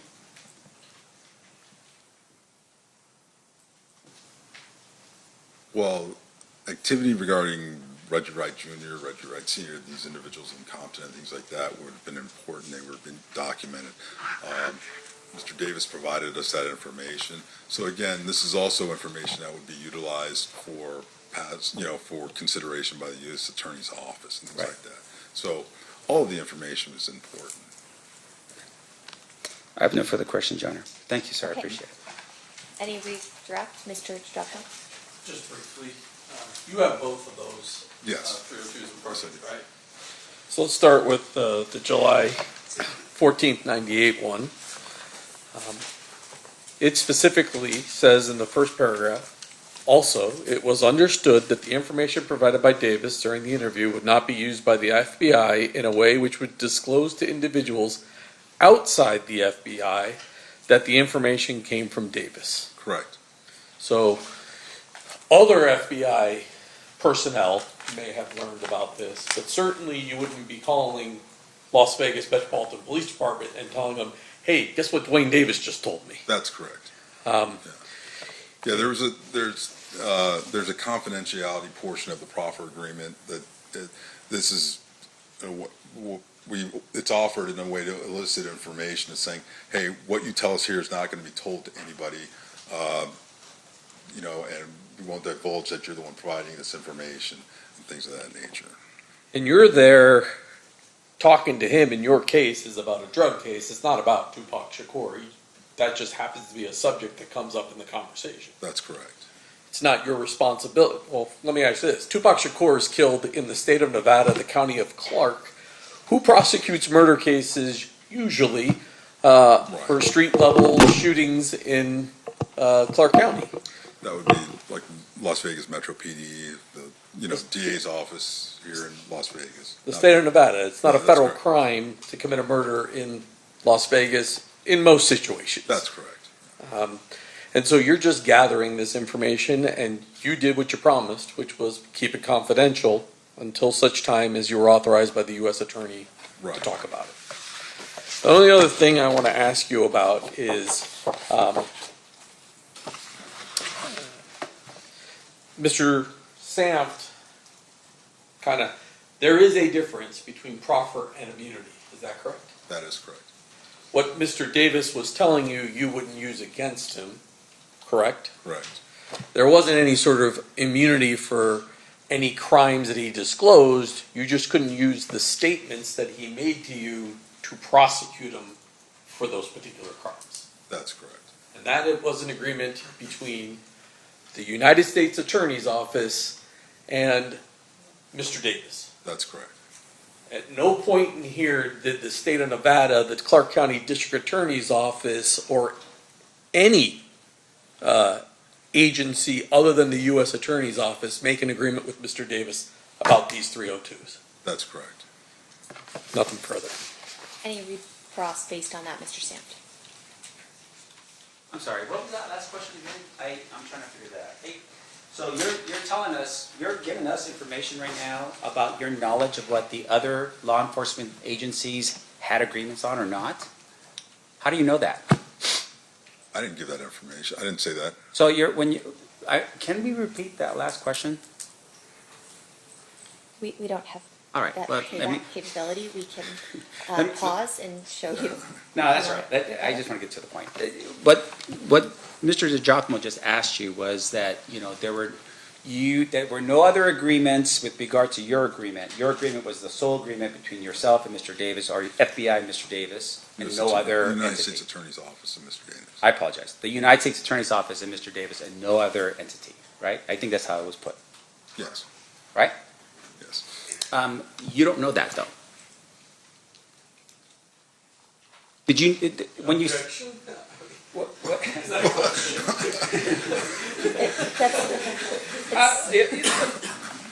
Sustained stricken, you can ask a question. You are not aware of any agreements with other agencies because you just don't know. You are just here on behalf of the federal government and the FBI, right? With regard to the interview that myself and Todd Holiday conducted Right. with Mr. Davis on July 14th, 1998, the agreement was between the United States Attorney's Office with the FBI there and Mr. Davis. Nobody else was party to that. Even though this was a joint task force, this was part of No, it was a joint task force. It was the United States Attorney's Office, the FBI, and Mr. Davis. Okay, and with regards to that task force, even though other government agencies were potentially involved in the task force, they weren't involved with regards to this agreement, the proffer. I'm I mean, they weren't part of the proffer, is what you're saying, even though it's part of a task force. correct.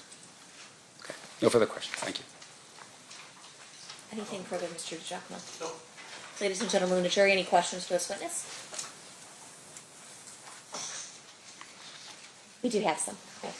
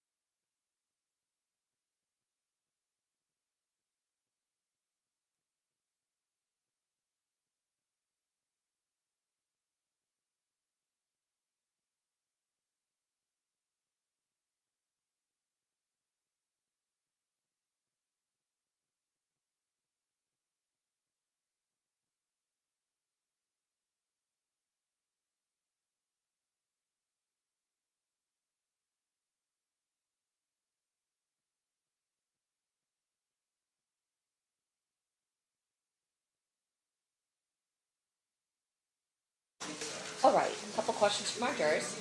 If the proper information was never followed up on, what was the motivation behind the interview in jail or prison? You want me to go ahead and answer? Yeah, Okay, I'm so sorry. Okay. they have these questions, I'm Right. asking you to answer them. Okay, so the motivation behind the interview in the subsequent interview in '99, we were following up on other investigation. The because when you go through the 302, you see we ask about several individuals, or we actually showed him pictures of other individuals. A lot of times what we'll do is we were going back because he was cooperative and open before, we were attempting to see he would verify other individuals, perhaps identities and things of that nature of other investigative activity regarding gang activity in the area. Okay. And then did anyone with the FBI verify information given by Davis in the proffer? I mean, the total regarding the totality of there was quite a bit of information when we asked about certain individuals and things that he said that we already knew. So because he provided information during the proffer session, there wasn't a need to necessarily go back and verify because we had an idea about the answer to the question. Sort of like you ask a question that you know the answer to, that's how you know if somebody's lying. You start off with that, things like that, simple things, and then you kind of work your way in to other information. So there was a lot of information that we already had other corroborated information on. So when he's providing that information, we have a general idea whether or not he's being open and candor and truthful based off of other investigation, whether it's surveillance, wiretaps, witness statements, and things of that nature. And you might have already answered this, that's the second part of the question, so I'm going to ask it. What information was followed up on by the FBI that was given in Davis's proffer, if you're able to disclose it?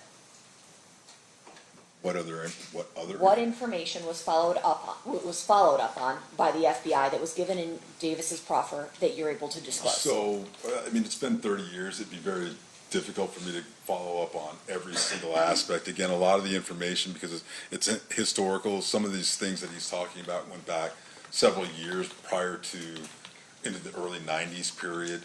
So he's talking about, prior drug transactions and things of that nature. It's very difficult or almost impossible to truly verify those types of things.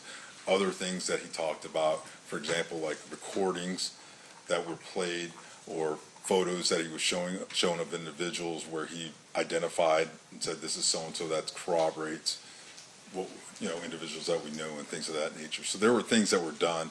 Was there a specific checklist, a tasking list that was put out after that interview, the proper interview, to go out and say, go verify? That's really not the way we operate. Usually these files have hundreds of documents in them over the course of an investigation. There's hours and hours, countless hours of wiretaps and things of that nature. So we've got a very voluminous amount of information to go back and check and things like that along the way. So at this point, he was already indicted, arrested, and basically going towards either trial or sentencing. The proffer agreement really was an opportunity for him to help himself on sentencing.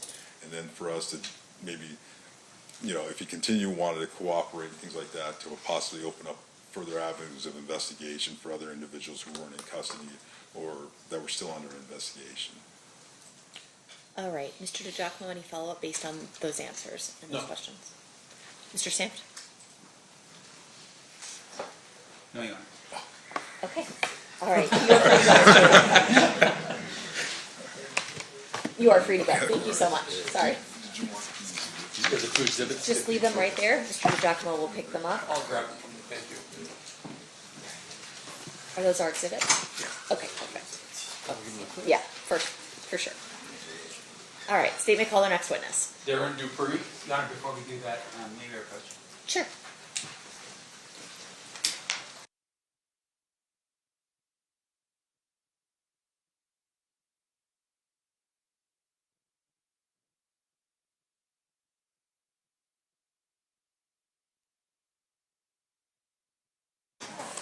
All right, at this time we are going to take a restroom break for 15 minutes. During this recess, you are admonished not to talk or converse amongst yourselves with anyone else on any subject connected to the trial, or read, watch, or listen to any report or commentary on the trial of any person connected with this case by any medium of information, including without limitation, newspaper, television, internet, and radio, or form or express any opinion on any subject connected with the trial until the case is submitted to you.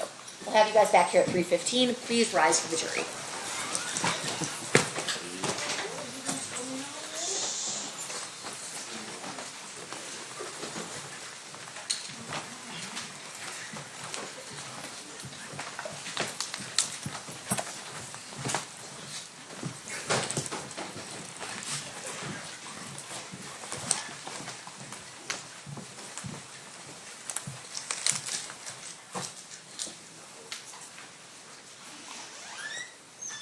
For the record, the jury has exited the room. We'll be in recess. Thank you, Judge.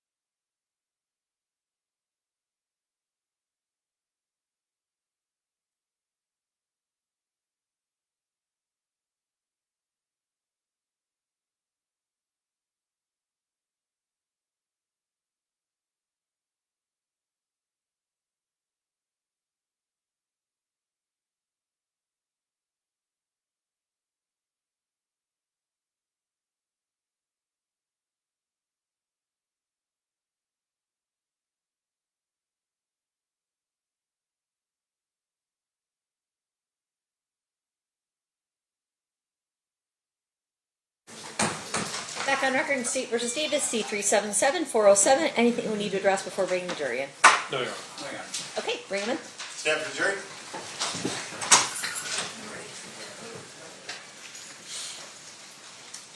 Did you line them up? We're waiting for them. Okay.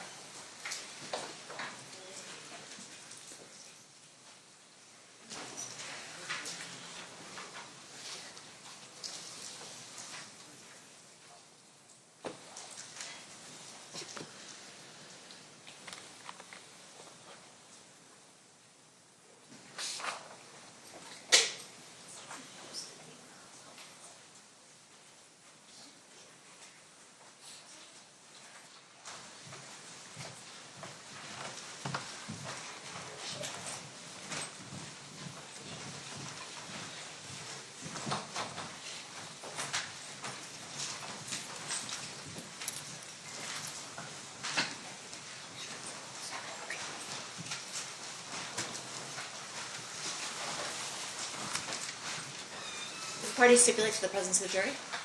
Yes, Your Honor. Yes, Your Honor. You may be seated. All right, now the state can call their next witness. Darren Dupree.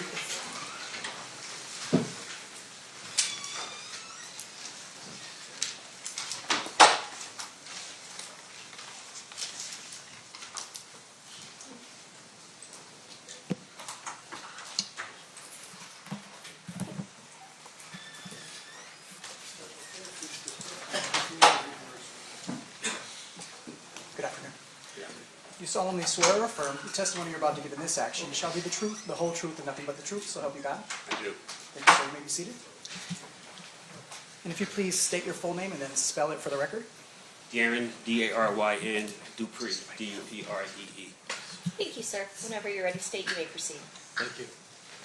Sir, how did you used to be employed? I was a detective for the Los Angeles Police Department, How long were you with the LAPD? 33 and a half years, And when did you start? in 1990. And through the majority of your career, what kind of crimes did you focus on? Homicides, gang homicides. I direct your attention to approximately 2006. Were you asked to be part of a task force related to the Christopher Wallace murder? Yes, I was. And can you describe that task force for us? Robbery homicide, homicide specials, Los Angeles Sheriff's Department, FBI, ATF, and DEA were all a part of the task force. And was there a precipitating event that caused the 2006 task force to be formed? Yeah, Christopher Wallace's mother filed a lawsuit against the Los Angeles Police Department And what was the allegation in the lawsuit? that there was police officer involvement in his death. LA police officer involvement? Yes. And what was the purpose of the 2006 task force? To uncover, first of all, if there was any police officer involvement, and also to hopefully solve the Biggie Smalls murder case. Now, by 2008, this is 11 years after the homicide. I assume that there was records that the LAPD would have gathered initially in the investigation in the ensuing 11 years that you had access to. Yes.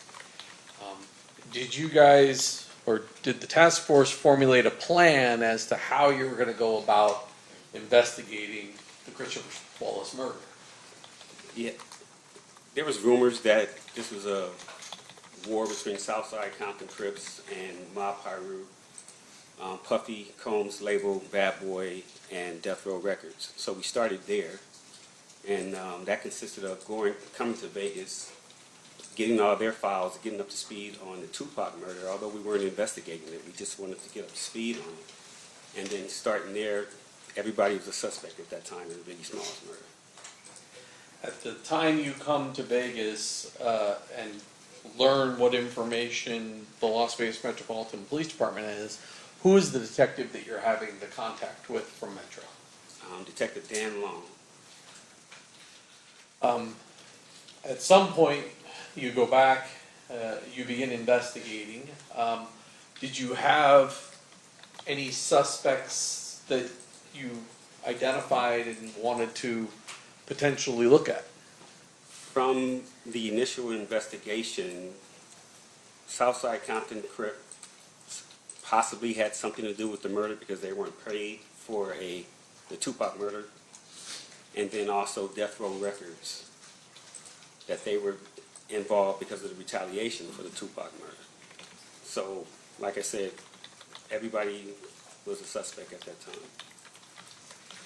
During the course of the investigation, did you at some point focus on a person identified as Duane Davis? Yes, Do you see Mr. Davis here in court today? yes. You point him out, describe something he's wearing. He's at the defense table with a blue shirt and a multicolored tie. May the record reflect identification of the defendant. Is he wearing a jacket or no jacket? No jacket. So reflected. How is it that, how is it that you target Mr. Davis? The vehicle used in the Christopher Wallace murder was a Impala. Mr. Davis had an Impala, and they had impounded it early on in the investigation. So we started with him. And did you have information related to what his position was in the Southside Crips? I mean, we knew that Mr. Davis was the man with all the money in their hood, in their neighborhood. Now, you said that you, what was your role in the task force? I was the lowest level, bottom of the food chain detective. I was a gang expert, and I knew a little bit about the rap industry. So that was That's how you got brought in? yes. The Southside Crips, did they have kind of two crews associated with them? As far as I know, yes. And one of those crews, the Burris Street crew, who was that sort of generally headed by? It was Keefy D amongst others. The Glencoe crew, who was sort of the leader of that group? From what we gathered, Darnell Graham. How is it that you're going to go about investigating Mr. Davis for the Biggie Smalls murder? What's your plan? I had never worked with the DEA, FBI. I was a homicide investigator coming in. So above my pay grade, they tried to figure out a way to get leverage on Mr. Davis through narcotic sales. We would bring him in after we caught him with narcotics and see if he would work with us and give us information on the Biggie Smalls case. And were you able to gather enough information to potentially arrest and charge him with narcotics? Yes. And how much narcotics are we talking about here? From what I remember, it was PCP, a gallon, and a kilo of cocaine, if I'm not mistaken. And with Mr. Davis's past criminal history as well as that amount or weight of drugs, what kind of sentence was he looking at for that type of drugs? As I said, I wasn't familiar with the Fed system. From what I was told, though, that was a life sentence with the amount of drugs that were confiscated. So once you've gathered all this evidence, do you do anything to indicate to Mr. Davis that you've got your leverage? We met with him, And who's we? me and Detective Greg Cady. And where did that meeting take place? If I recall, it was at Mr. Davis's residence, maybe in Rancho Cucamonga or Corona. I forget the location. And we sat in his garage and we advised him of what we had. And we get an attorney and we'll meet with you a couple days later in LA at the Fed building and we'll discuss it more. Now, was there a suggestion to Mr. Davis that he shouldn't use a lawyer by the name of Edie Fall? I don't know anything about that. Does there come a point in time when you wind up at a meeting with Mr. Davis and his lawyer? Yes. And that first meeting, what are you there to talk to Mr. Davis about? to show him the evidence that we had against him, the video surveillance that we had. We did a lot of surveillance on him, to show him everything we had and what he was looking, to receive in as a case against him.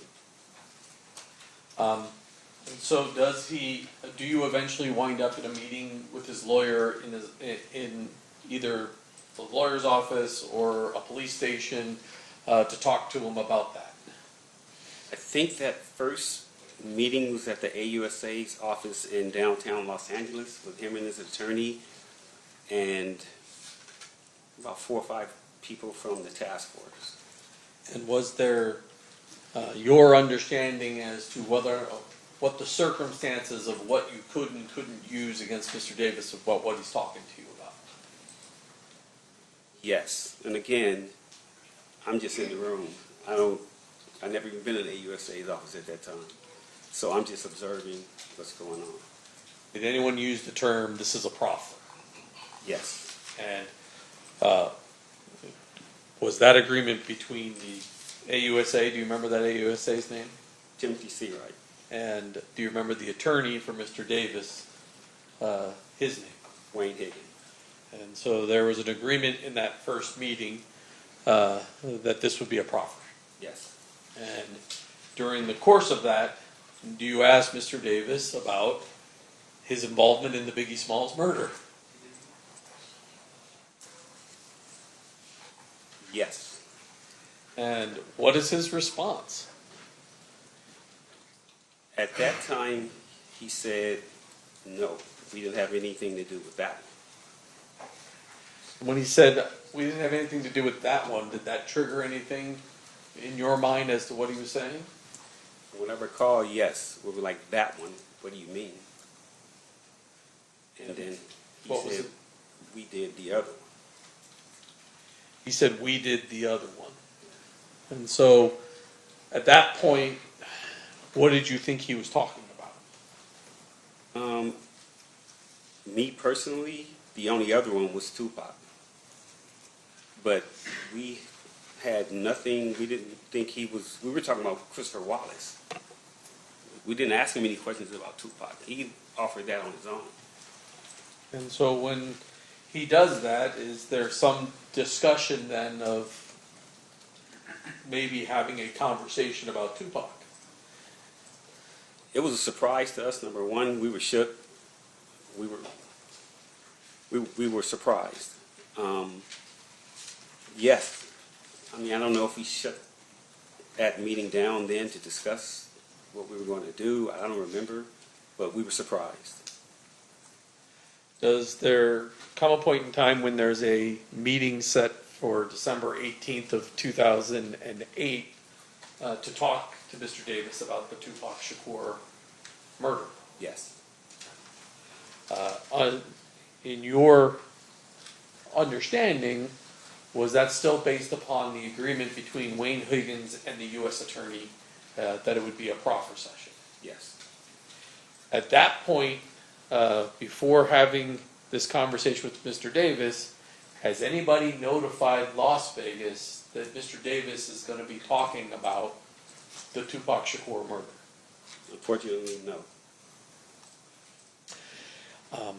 Were you present on December 18th for an interview with Mr. Davis about the Tupac Shakur murder? Yes. And did you subsequently learn, or previously learn, but subsequently learn that that conversation was recorded? Yes. Do you know who recorded that statement? One of the members of the task force, Bill Holcomb.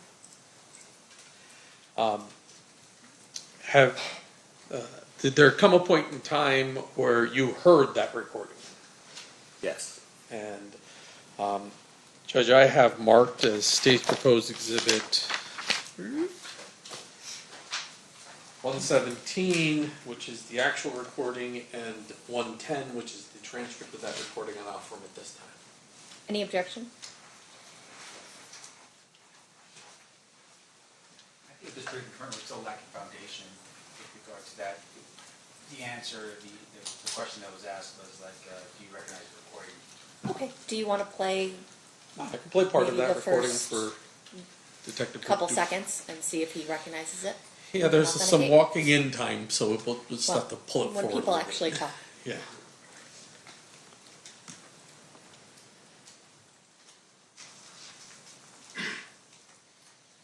I'll just jump forward. Hopefully.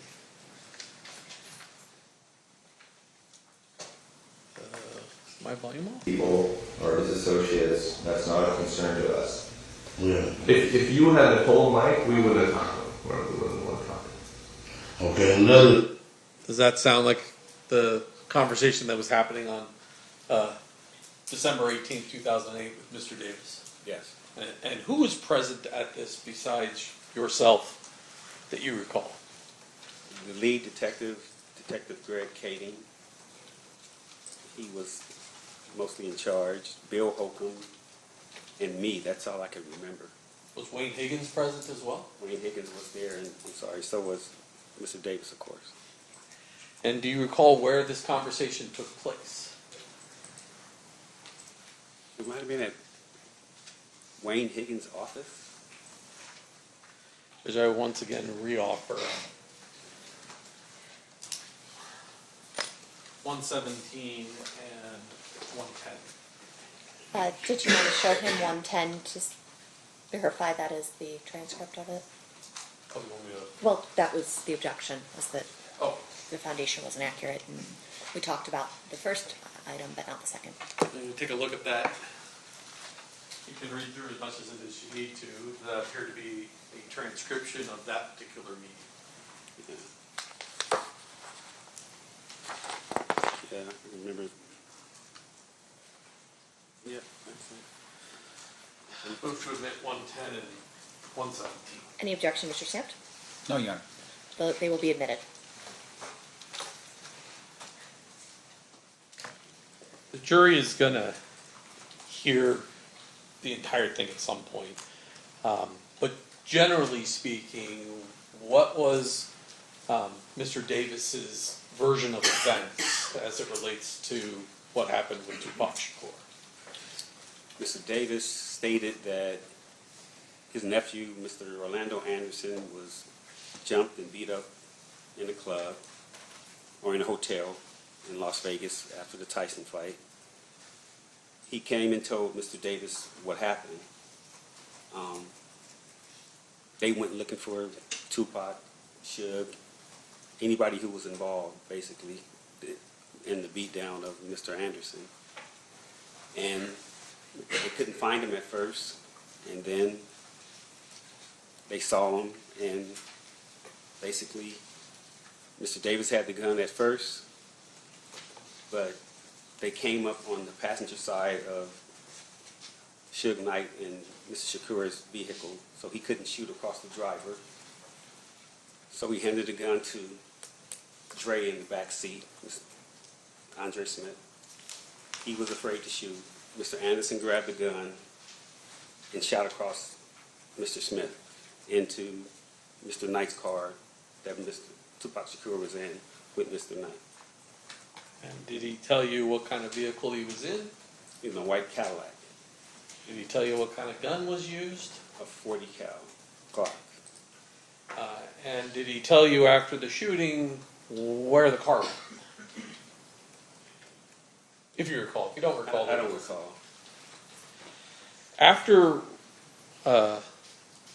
receiving this information, in March of 2009, does the task force sign Mr. Davis up as a confidential informant? Yes. And once you sign him up as a confidential informant, what is it that you want to do with Mr. Davis? Figure out ways to see if he's telling the truth about his story about what happened. And so what do you do? Mr. Davis had a narcotics friend in New York by the name of Equan Williams, Zip. He said he could, this is a lot deeper than that. Sean Puffy Combs was supposed to have given money to Zip Martin to give to Mr. Davis for payment of the Tupac murder.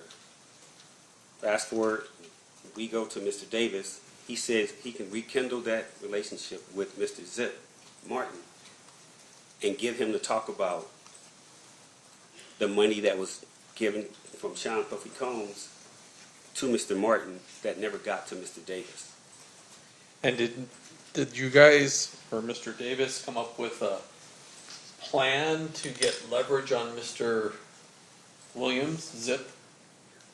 And what was the idea? Me, Detective Kading, ATF Jim Black, and Keefe D, Mr. Davis, flew to New York so Mr. Davis can work undercover to try to rekindle that friendship and business relationship with Zip. And when Mr. Davis goes in to, do you remember the name of the club? It's called the Zip Code in Harlem. Does he in fact meet with Zip? Zip, he did, but from what we gathered from Mr. Davis told us, he passed him off to his nephew, meaning Zip passed him off to his nephew to do business with him. Zip had cancer or something like that. He was sickly. He said he wasn't in the business no more, something like that. So it didn't work. So he was unable to reestablish a business relationship and do a drug deal with Zip so that you would have leverage to then talk to Zip about what Mr. Davis. Objection, Your Honor, leaving. I'm just confirming the information Your you just response? provided. What? You're just confirming that the information that you just were provided is what? I'm just confirming the information that he just testified to. So then, overruled. You may answer. Yes, he couldn't rekindle the relationship. And so you come back from New York. Yes. At some point, does the LAPD establish whether or not LAPD officers were involved in the murder of Mr. Wallace? We found out that there was not any police officer involved. And eventually, Mrs. Wallace's lawsuit is resolved. Yes, it does. At some point, are you directed to attend a meeting involving Wayne Higgins, Duane Davis, and Dan Long, the Las Vegas Metropolitan Police Department investigator on Tupac Shakur? Yes. And on September 9th of 2009, did you in fact attend that interview? Yes. And was that recorded? Yes. This morning, did you listen to portions of that to confirm that is in fact a copy of the 2009 audio recording? Yes. And if I approach you, I forgot this one. Showing you 111, if you flip that over, take a look at it. Does that appear to be a transcript of that 2009 interview?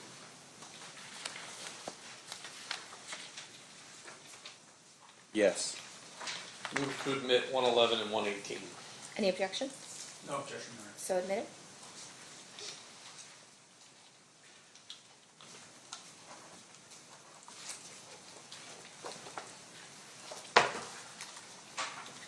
Finally, and I forgot to do this, during the conversation on December 18th of 2008, did you have some sort of chart that was put in front of Mr. Davis where he identified where people were in various vehicles? Yes. I'm showing you what's been marked as state's proposed exhibit number 147. Is that the copy of the chart that you had prior to the December 18th, 2008? Yes. Move to admit. Any objection? No objection. So admitted.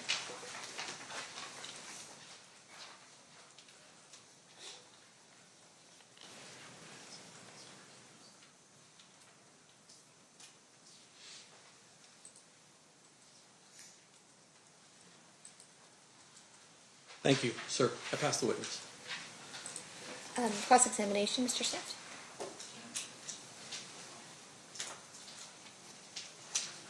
It's 2.5 hours. I don't play with him on the stand.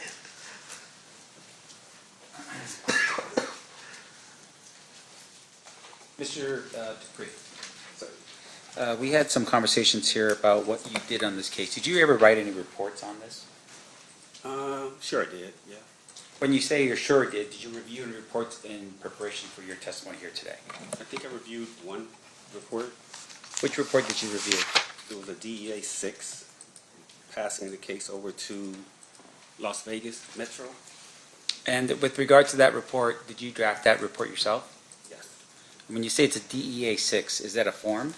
yes, Is that a form used by the DEA agency, I guess would be the Drug Enforcement Agency? yes.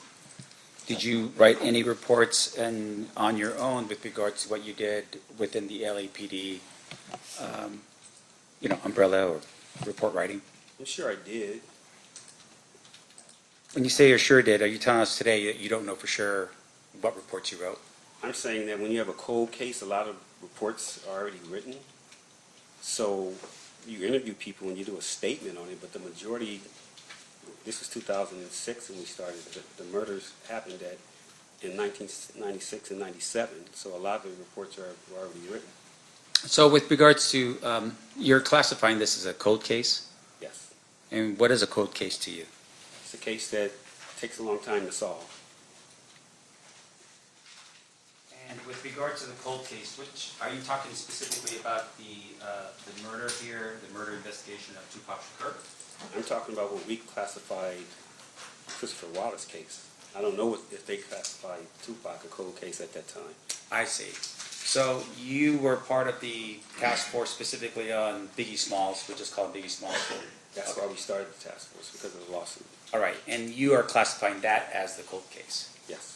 So all your work would have been under the Biggie Smalls investigation, not necessarily under the Tupac case that we're here for today. Yes. And so with regard to your actions on the Biggie Smalls case, a lot of what you're doing sort of blends into, at least some of it blends into the Tupac investigation, but that wasn't your investigation. No. That was Metro's investigation. Yes. Now, on the day that we're talking about here, and this would be under the recordings that you had from the 2008 proffer, did you set those up? No. Who set them up? Probably the lead investigator, Greg Kading. Okay, and with regards to Greg Kading, you're his partner.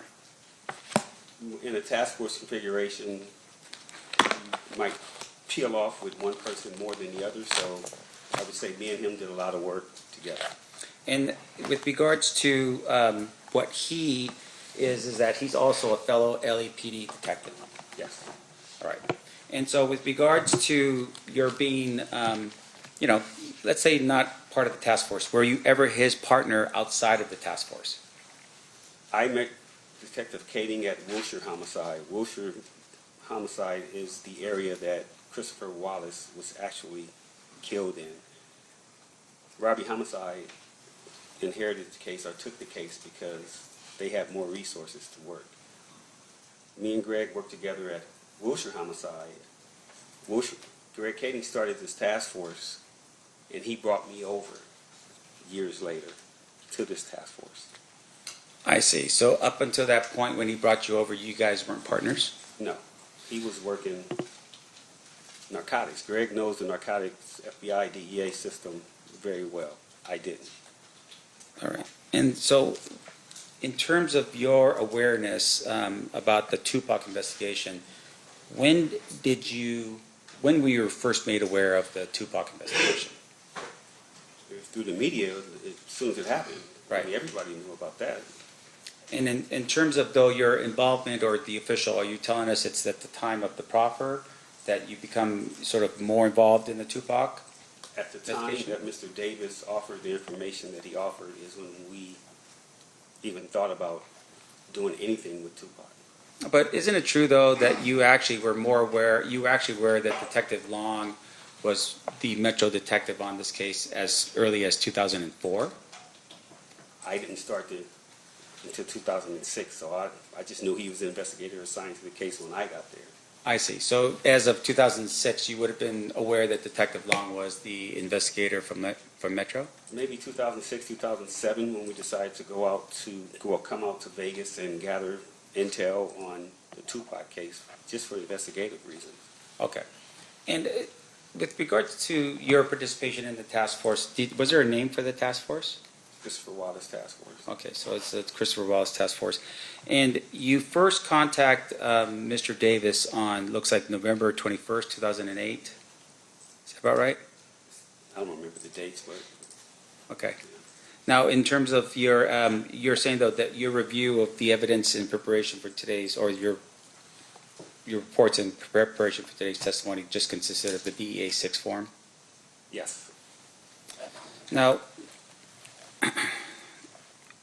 at the time of November 21st, 2008, you and Greg Kading are the ones who initially contacted Mr. Davis, right? You didn't do it by yourself. No, me and Mr. Katie. Okay, and you basically advised him at that particular point that, you know, he was potentially looking at an indictment for narcotics. Is that right? Something to that effect, yes. Yeah. And once again, you're doing this because you are targeting Mr. Davis because you believe he may have been a suspect in the Biggie Smalls murder. Yes. Okay. Now, at some point, I would assume in the future, you're going to tell all of us that he was no longer a suspect in that murder, right? That is correct. You found information that were indicating that the car that was potentially the car used in the Biggie Smalls murder was not his vehicle, maybe somebody else was there. And there were some issues with regards to his location that he wouldn't have been the one to be the shooter in the case. Whatever the reasons, I just know he wasn't involved in the Biggie Smalls murder. Okay.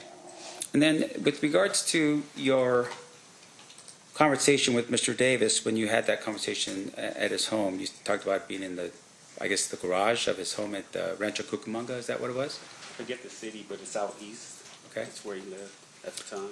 And you had at some point told him that maybe he should retain an attorney to handle the issues because he was going to be dealing with the United States Attorney Timothy Seawright. You remember having that conversation with him? I don't think we threatened him or anything like that. We just advised him that, hey man, we got some information, we got some things that you were involved in, and we need to talk to you. So we need to meet with you, with your attorney, at the AUSA's office. Now, at the time that you have that conversation with Mr. Davis, you advised him that not to bring his attorney, which would have been Edie Fall, to that conversation, right?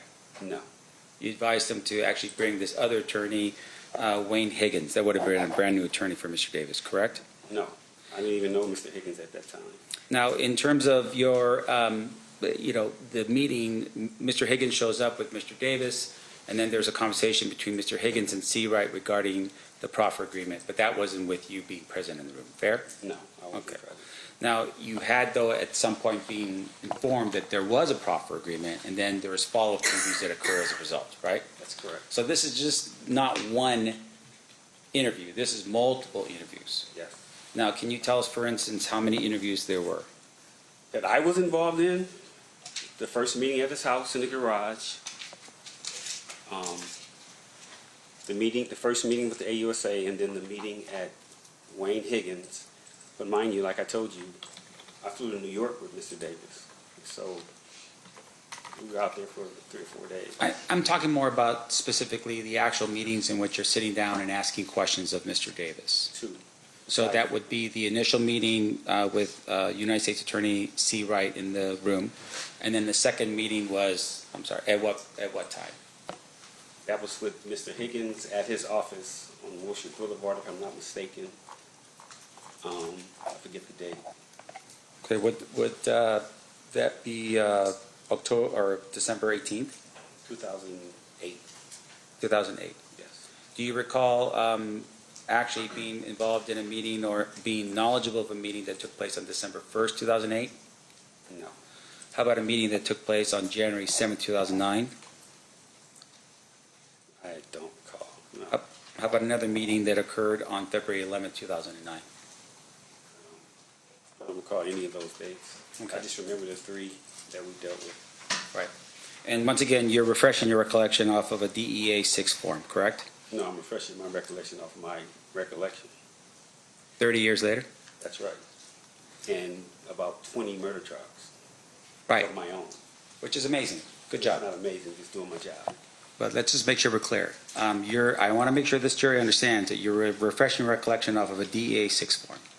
No, I told you the DA 6 form that I saw this morning was transferring the case from the DEA to Las Vegas Metro. That's all that's it this morning. All right, so this is all purely off of your recollection from 30 years ago. Well, 17, 18 years ago when we got it. The Okay. case was 30 years ago. But Right. we had it in 2006. And 20 murder trials later, That's right. you're refreshed. Okay, That's right. so let's keep going through it. So your testimony here is that at the time of the meeting on December 18th, 2008, you were present for that meeting. Yes. And the other people that were present for that meeting was Detective Katie, Yes. LAPD Detective William Holcomb, Yes. FBI Special Agent Bennett, Yes. I didn't mention him, but he was there. Yes. okay? And then was anybody else there present? Mr. Davis and Mr. Higgins. And then outside of those, was anybody from the United States Attorney's Office present? At the first one in 2008, I think, not in 2009. For sure, not 2009. I can say that. Okay, but I want to make sure we're precise for this jury. On December 18, 2008, was the United States Attorney present for that meeting? Yes. Now, in addition to that, the recording that had occurred, and the one that you've introduced into evidence in this case, was that a recording to which Mr. Davis or his attorney knew about? Which one? 2008 or 2009? 2008. 2008? I don't know. Okay. I didn't know it was being recorded either. Sure. And with regard to the FBI special agent that was there, are you aware of what's called a 302? Yes. What is a 302? It's a report, an information report that they write out, kind of like the DEA 6, kind of. Yeah. And then in terms of how the 302 works is they don't actually record information with a recorder. They actually just write things down into the 302, right? That's correct. In this particular case, was Special Agent Bennett aware that there was a recording? I have no idea. Now, in addition to that, on March 9th, you had said that something that he was, I guess, activated as a confidential informant. So I think it's around that time period, right, of 2009. Between what time periods did Mr. Davis give information to LAPD as a confidential informant? Do you remember? I don't remember how many times we met or how many times I was involved in speaking to him. But it's just those 3 times, the first time in his garage, 2008, 2009, and then when we went to New York. That's all my dealings with Mr. Davis was, that I can remember. Now, the December 2008 proffer that you were part of, did you verify any of the information? That Mr. Davis told us? Yeah. We were trying to verify as much as we could. Okay, That's well, why we- tell us the efforts, no, I'm sorry. Can you tell this jury the efforts that you made to verify the information that he gave you in 2008? Flying to New York to try to get the relationship with Zip, Mr. Martin, because he was involved here in Vegas with the murder and the large sum of money that was supposed to be given to Mr. Martin to give to Mr. Davis. So that's why we flew to New York, to try to get that whole thing going. Right. And based upon your efforts in New York, were you able to verify that any of that information to be true? No. Now, in addition to that, there was other information that Mr. Davis gave up in 2008 in December. Did you verify any of that other information to be true? I don't think any other information that he gave us was anything except the murder of Tupac. Sure. Did you at any point verify, for instance, the people that he identified in the vehicle? No. You are aware, of course, that some of the people that he had identified in the vehicle were still alive in 2008, right? One was. Who was that? That was Terrence Brown. Okay. Did you ever verify that Terrence Brown was in Las Vegas at the time of the murder? He never got a chance to. Why not? As I said, our first course of action was to tie in Mr. Combs, the money, and work back from there. So you fly to New York, it's a bust, you fly back, and then you never follow up on what happens with regards to Mr. Brown? Well, I didn't. You're part of the task force. Yes.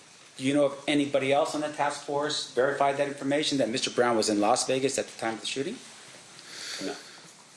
Now, in addition to that, we talked a little bit about the type of scenario that Mr. Davis is in, right? He's being targeted as a potential suspect in a Biggie Smalls murder. You develop information about him being a drug dealer, right? Yes. And you had said, I think how much time is he looking at? Life sentence? I think so, yes. Right, pretty heavy sentence, right? Yes. And so you had also targeted the idea, though, that it wasn't just him moving some large amount. It was people coming into his house, potentially his family. People could be arrested, his friends, for instance, that was part of that, and they all could go to prison, right? I will say this. Mr. Davis took the hit for a lot of people in his family and his kids, his wife, but that's why he did a lot of the stuff he did. I will say that. And I appreciate you saying that. And so in essence, he said, okay, this is all on me. I will take the hit for the family. Yes. Now, in terms of the way that you recall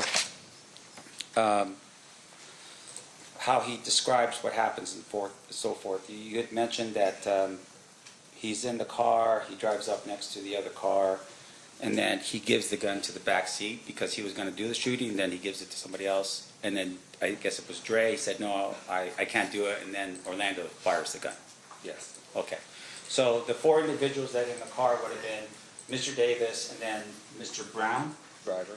and then Mr. Smith, and then Mr. Orlando Anderson. That's correct. Okay. Do you, at some point, these people come back to Compton, right?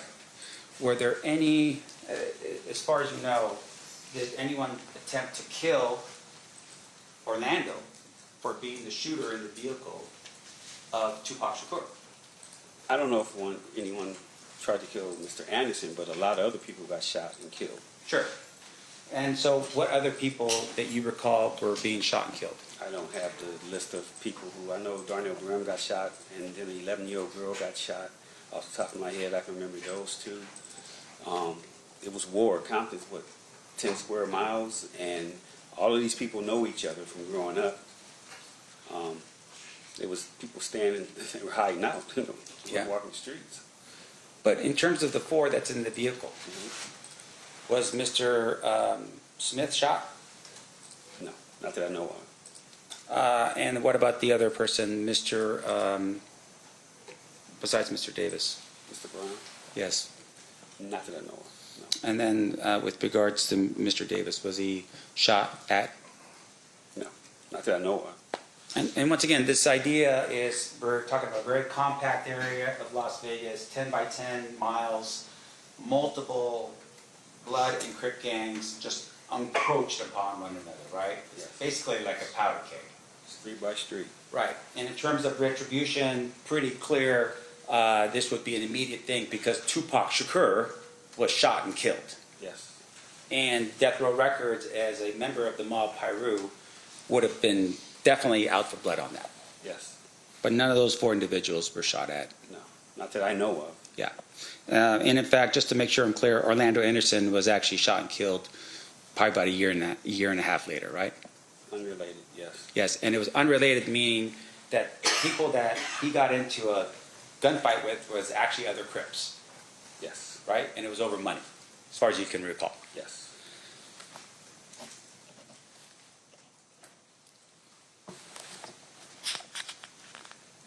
Now, there was some discussion, are you aware of a person by the name of Darnell Brin?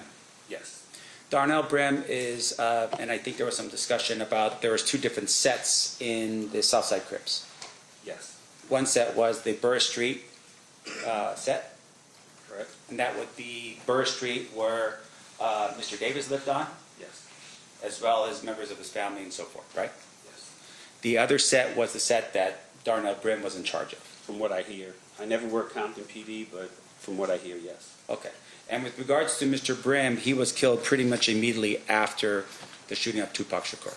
Mr. Brim is still alive as far as I know. Oh, you're right. He was shot, though, right? He was shot. And then he went to prison for some unrelated matter, something to do with drugs. Yes. Okay. Now, in terms of Mr. Brim, was there ever a conversation with Mr. Brim to determine or have questions asked with regards to Tupac Shakur? When we started, again, I started in 2006. Those questions would have been initially asked of Mr. Brim when he was shot in 96, 97. Those types of things we could have gotten to, but like I said, our first course of action was to solidify where the money came from. If Mr. Combs was involved, and was Mr. Davis telling the truth about being paid for the murder of Tupac Shakur. And outside of that, any additional sort of boots on the ground discussions or investigation in Compton was handled by somebody else? The initial, the preliminary, Right. and if we would have gotten to that, we probably would have talked to people, but I'm sure that they were talked to already. This is on a Fed level trying to get a RICO case against people. Okay, this is a whole different level of Compton. Sure. This is FBI, ATF, DEA. This is trying to solidify that Death Row Records and was built on narcotics and Bad Boy Records. Now, you don't understand this, but I'm from the hood. Everybody knows it was, okay? Everybody knows that those record companies were started with the sales of narcotics. So the feds were looking at a RICO. We cared about the murders. So this was chasing the money. This was chasing Sean Combs to see if he was involved with, the hit on Mr. Shakur. And so once you determine that, he's given information not because of Biggie Smalls, but rather because of Shakur, you never once reached out to Metro at that time to say, hey, Las Vegas, you guys are the ones in charge of this murder. Come down to have an interview with Davis? The decisions were, again, way above my pay grade, and our command staff, whoever made that decision to keep it in-house and for us to handle it on the Fed level, because it would have spread all the way to Las Vegas and not notify Las Vegas Metro at that time, wasn't my decision.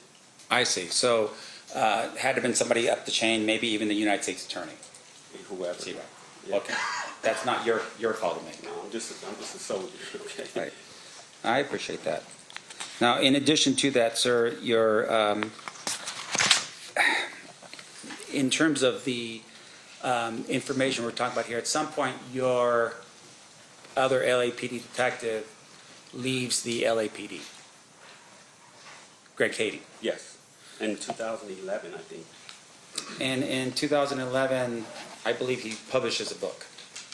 Yes, And that book is called Murder Rap. yes. Did you read that book?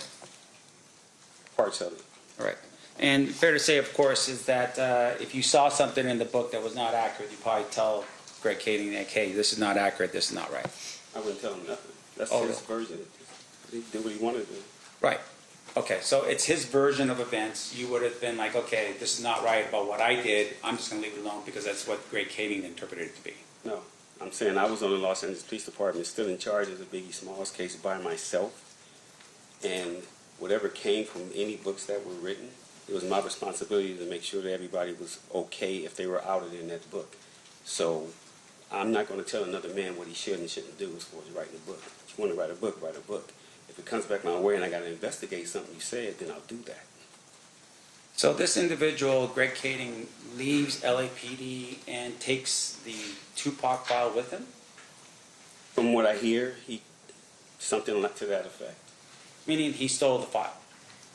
To something to that effect. Now, in addition to that, he also took the Biggie file, right, with him when he left. From what I hear, I've never seen him, but that's what I hear. Okay. And with regards to the recording that we're talking about here, that recording was a recording that he published, at least brought it out to the public, not you. You will never see me on a podcast, a book, nothing like that. Yeah. So, and you never have. Now, in terms of, though, just your understanding and, being in LA and so forth, Greg Kading has made appearances on podcasts and other things as well, right? Yes. And also, that would be with documentaries. Yes. But at least you're still abiding by the rules and that kind of thing. You would never do that.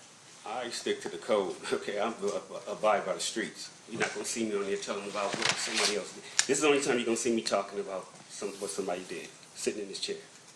And I appreciate that, sir. Okay. Other than that, you'll never see me doing that. Okay. And with regards to your participation, though, in the interviews, during the time period that you're hearing Mr. Davis talk about these things, were you aware at all that he was recommended that this other attorney step in for his attorney E.D. Falls and basically have this conversation? No, to my knowledge from the media, I thought E.D. Fall would have been his attorney. So I don't know anything about that. Again, that was way above my, whatever I was doing there. I don't know who made that decision. I never talked to Mr. Davis. I didn't know Mr. Higgins at that point. Okay. So, Were you aware that when Metro was finally notified? yes, When was that? the 2009 interview. Yes, sir. Did you make that call to Metro? Chain of command. Somebody upstairs called Vegas when we disbanded our unit. Our case was going back to our DA. Las Vegas Metro, they were going to take over their case. So somebody in our chain of command reached out to somebody in Metro, I guess, and said, hey, we got some information for you. Somebody needs to talk to you about Tupac. I knew Detective Dan Long. It trickled all the way down to us. Either he called me or I called him and set up the interview. Did you tell Detective Long when he appeared here in LA for the interview with Mr. Davis that he had given a proffer in 2008? Yes, I think he was aware of what we had. Unfortunately, he was aware of what we had done to that point, yes. Meaning that if you had a conversation with him, say, hey, by the way, there was a proffer in place in 2008. Here's the information. I'm sure I did. I don't recall if I told him immediately or whatever, but he was aware that we had been dealing with Mr. Davis. So, and once again, that proffer agreement between you, the government, or, the various people of the task force plus Mr. Davis, up until that point, there was no violation of that agreement, right? Not to my knowledge, I don't know. Right, meaning that, for instance, Mr. Davis didn't do anything that would say, hey, you violate the terms of this agreement. No, I never used that term with him because, no. Right, but at the same time, your higher-ups felt at this particular point, yeah, give the information that you just learned about Mr. Davis from 2008, give that to Metro, right? Yes.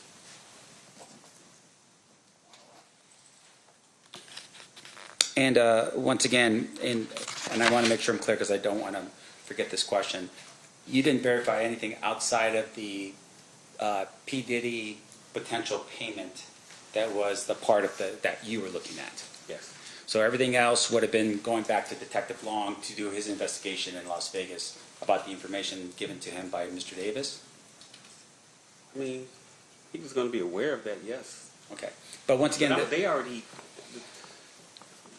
that was already out, a possibility. Just hearing Mr. Davis say it kind of solidified it, that we need to look more into this part of it, instead of it just being Tupac getting killed, Death Row, and Southside, they were involved.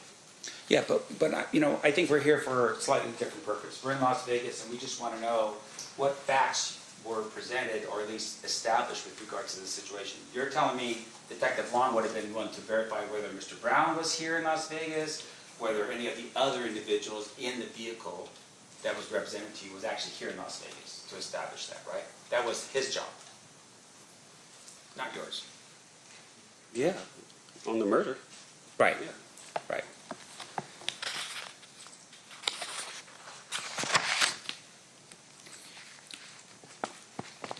Now, there were some activity that happened in Compton. I just want to make sure I'm clear. You weren't part of any of the investigations in Compton with regards to the gang issues and so forth. You weren't part of that. No. That would have been somebody else from Compton. Compton and Metro and whoever else. Okay. You know, I just have one. Yeah. Court's indulgence, sure.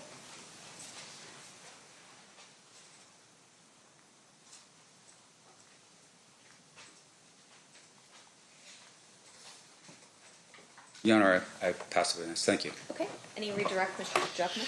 Just briefly, you brought up the fact that Mr. Davis said that basically Sean Puffy Combs solicited the murder of Shug and Tupac during the course of that conversation. Yeah. Did he tell you where that conversation occurred? It's a deli called Greenblatt's, still there on Sunset in Hollywood in Los Angeles. If he never provides that portion of the information, what jurisdiction would LA have to be investigating a homicide that occurred in Las Vegas? None? No. So it was that piece of information which provided LAPD jurisdiction to even be looking at this murder. You could say that. But like I said, on the Fed case with the RICO, that would have got incorporated into the RICO, the murder anyway, and that's what we were looking at. But yes, that's where it started, so you can use that also. And so when you were unable to confirm through ZIP the Puffy Combs angle of the case, at some point your agency said, hey, we got to tell Vegas what we've been doing. Yes. And at that point, Dan Long comes down, and you are in a room with Dan Long, Mr. Davis, his lawyer, and there's a conversation that occurs. That's correct. At that time, the only person left alive in the vehicle was Terrence Bubba Brown, right? Yes. Mr. Brown was a resident of LA, correct? Correct. And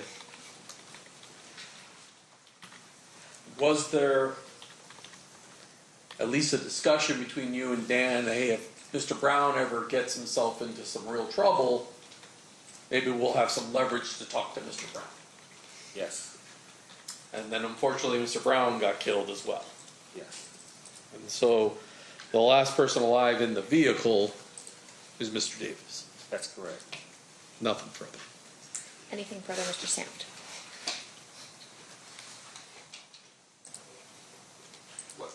Okay, so what investigation with Mr. Brown have we talked about? You wouldn't be able to verify information about where he was, whether or not he was in Las Vegas, right? You're saying? You, with Mr. Brown? We wouldn't be able to? Yeah. We could have, I guess. Right. We would have got to that, yeah. Sure. And with regard to that, you didn't make that effort while he was still alive. And would it be fair to say, of course, that even if someone had passed, that you would still need to verify what Mr. Davis said to you, regardless of whether or not the person's passed or not? We'd have to verify everything. Right. And like I said, the start of it was Sean Puffy Combs, so that's where we started. Sure. Zip. And your focus is a little different, but in terms of the actual murder of Tupac Shakur, information with regards to, you know, these other individuals in the car, that would have been given to Metro to handle here in Las Vegas. Yes. Okay. No further questions. State, anything further? Of course you will.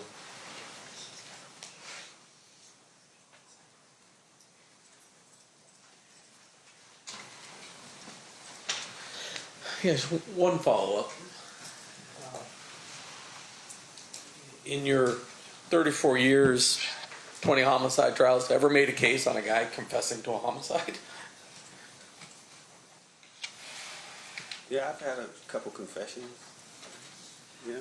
When you were talking to Mr. Davis and he's telling you what he's telling you, did you have reason to doubt his version of events as it relates to the homicide itself?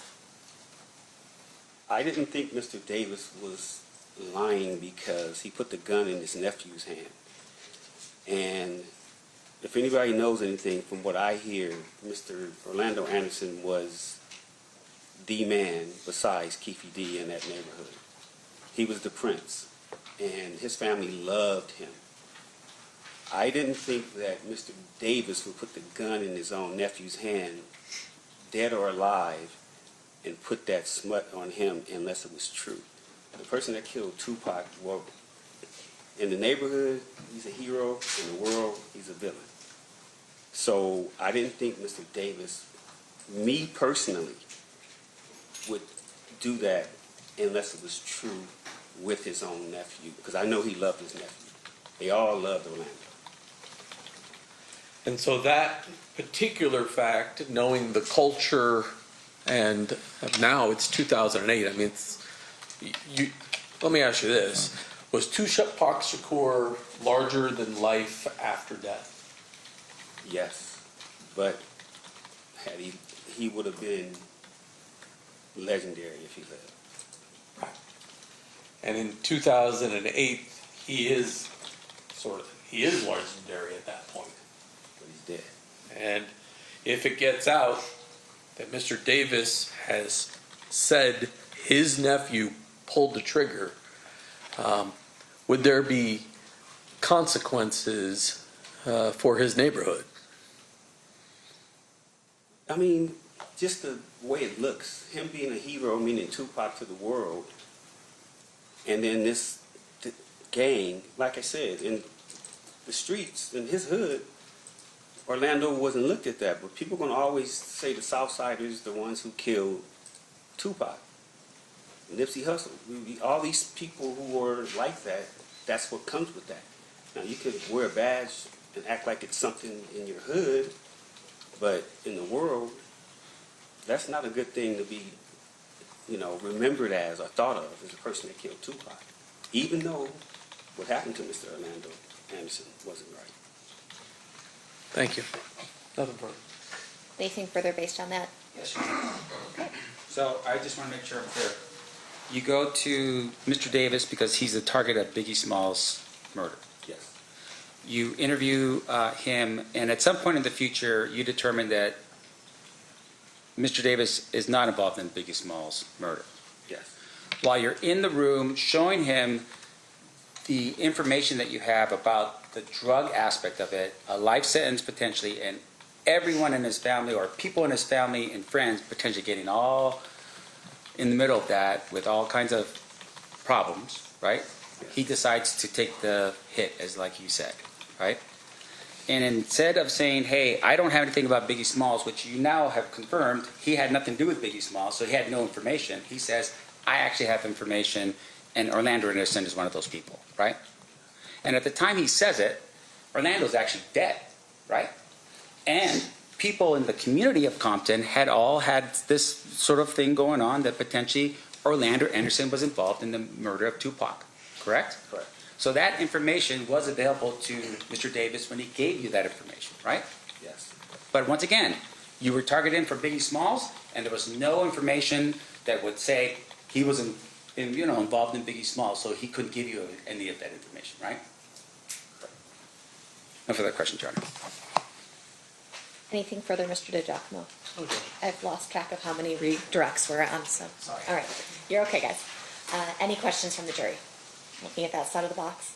No? Okay. Oh, we do have one, okay. We have a few.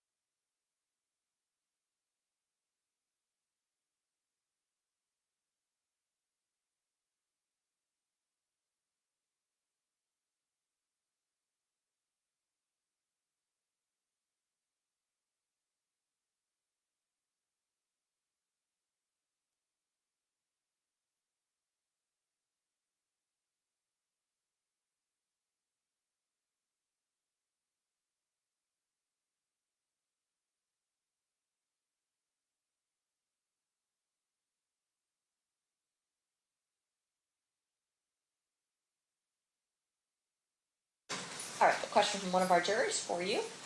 For clarity, would you say the feds were more worried about the bigger fish and the whole puzzle rather than the pieces, being you had the information from Keefe and didn't need to put it together?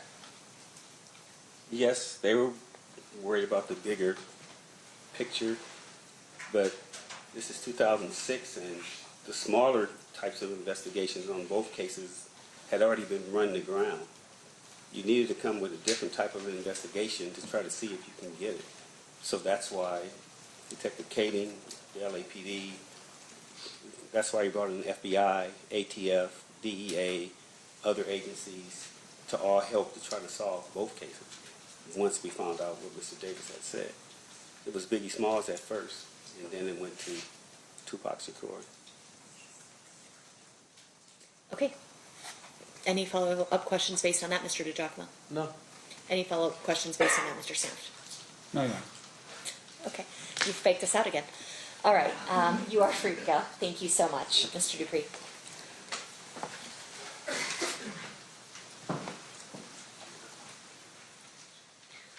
Your Honor, one quick thing before the witness leaves. Oh. May we approach?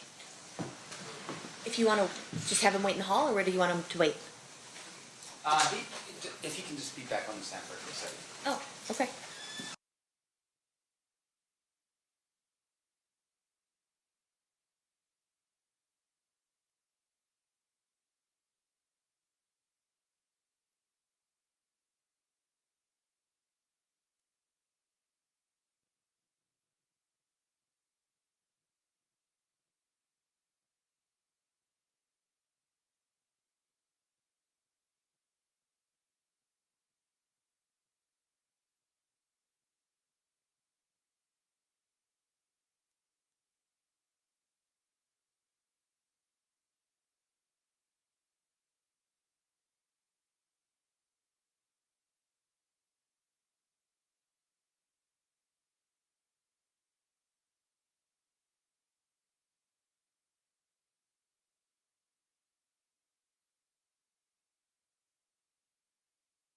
Mr. Dupree, as you discussed earlier with the parties, you may be subject to recall in this case, but it would be okay to do it via Zoom.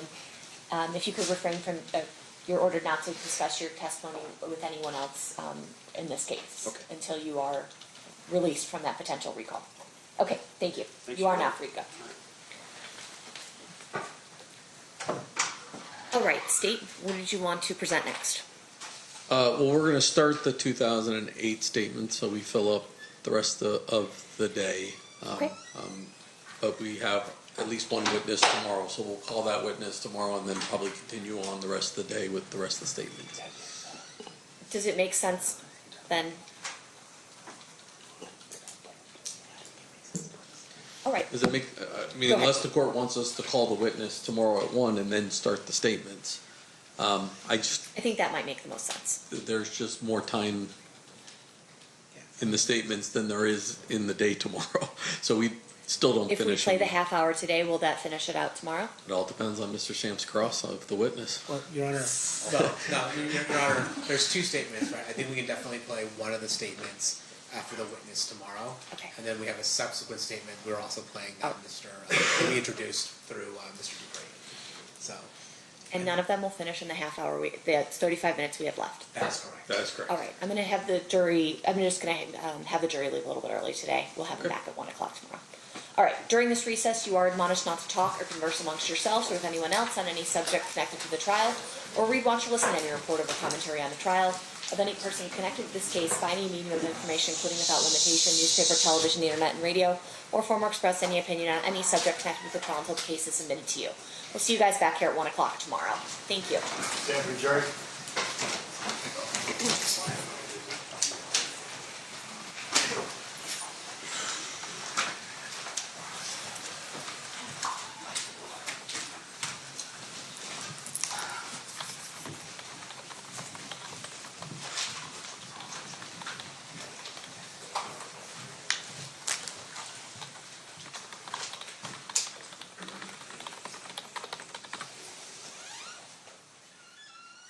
For the record, the jury has exited the room. Anything we need to address outside the presence? Nothing from the state. Nothing, Your Honor. Okay, I think it just makes more sense to play that as a block as opposed to a half hour, and I didn't realize we were breaking it up between, a witness in between, so. Okay, I apologize for any inconsistency up the back. All right, we'll be in recess. We'll see everyone back at 1 o'clock tomorrow. Thank you, Your Honor. Thank you, Judge.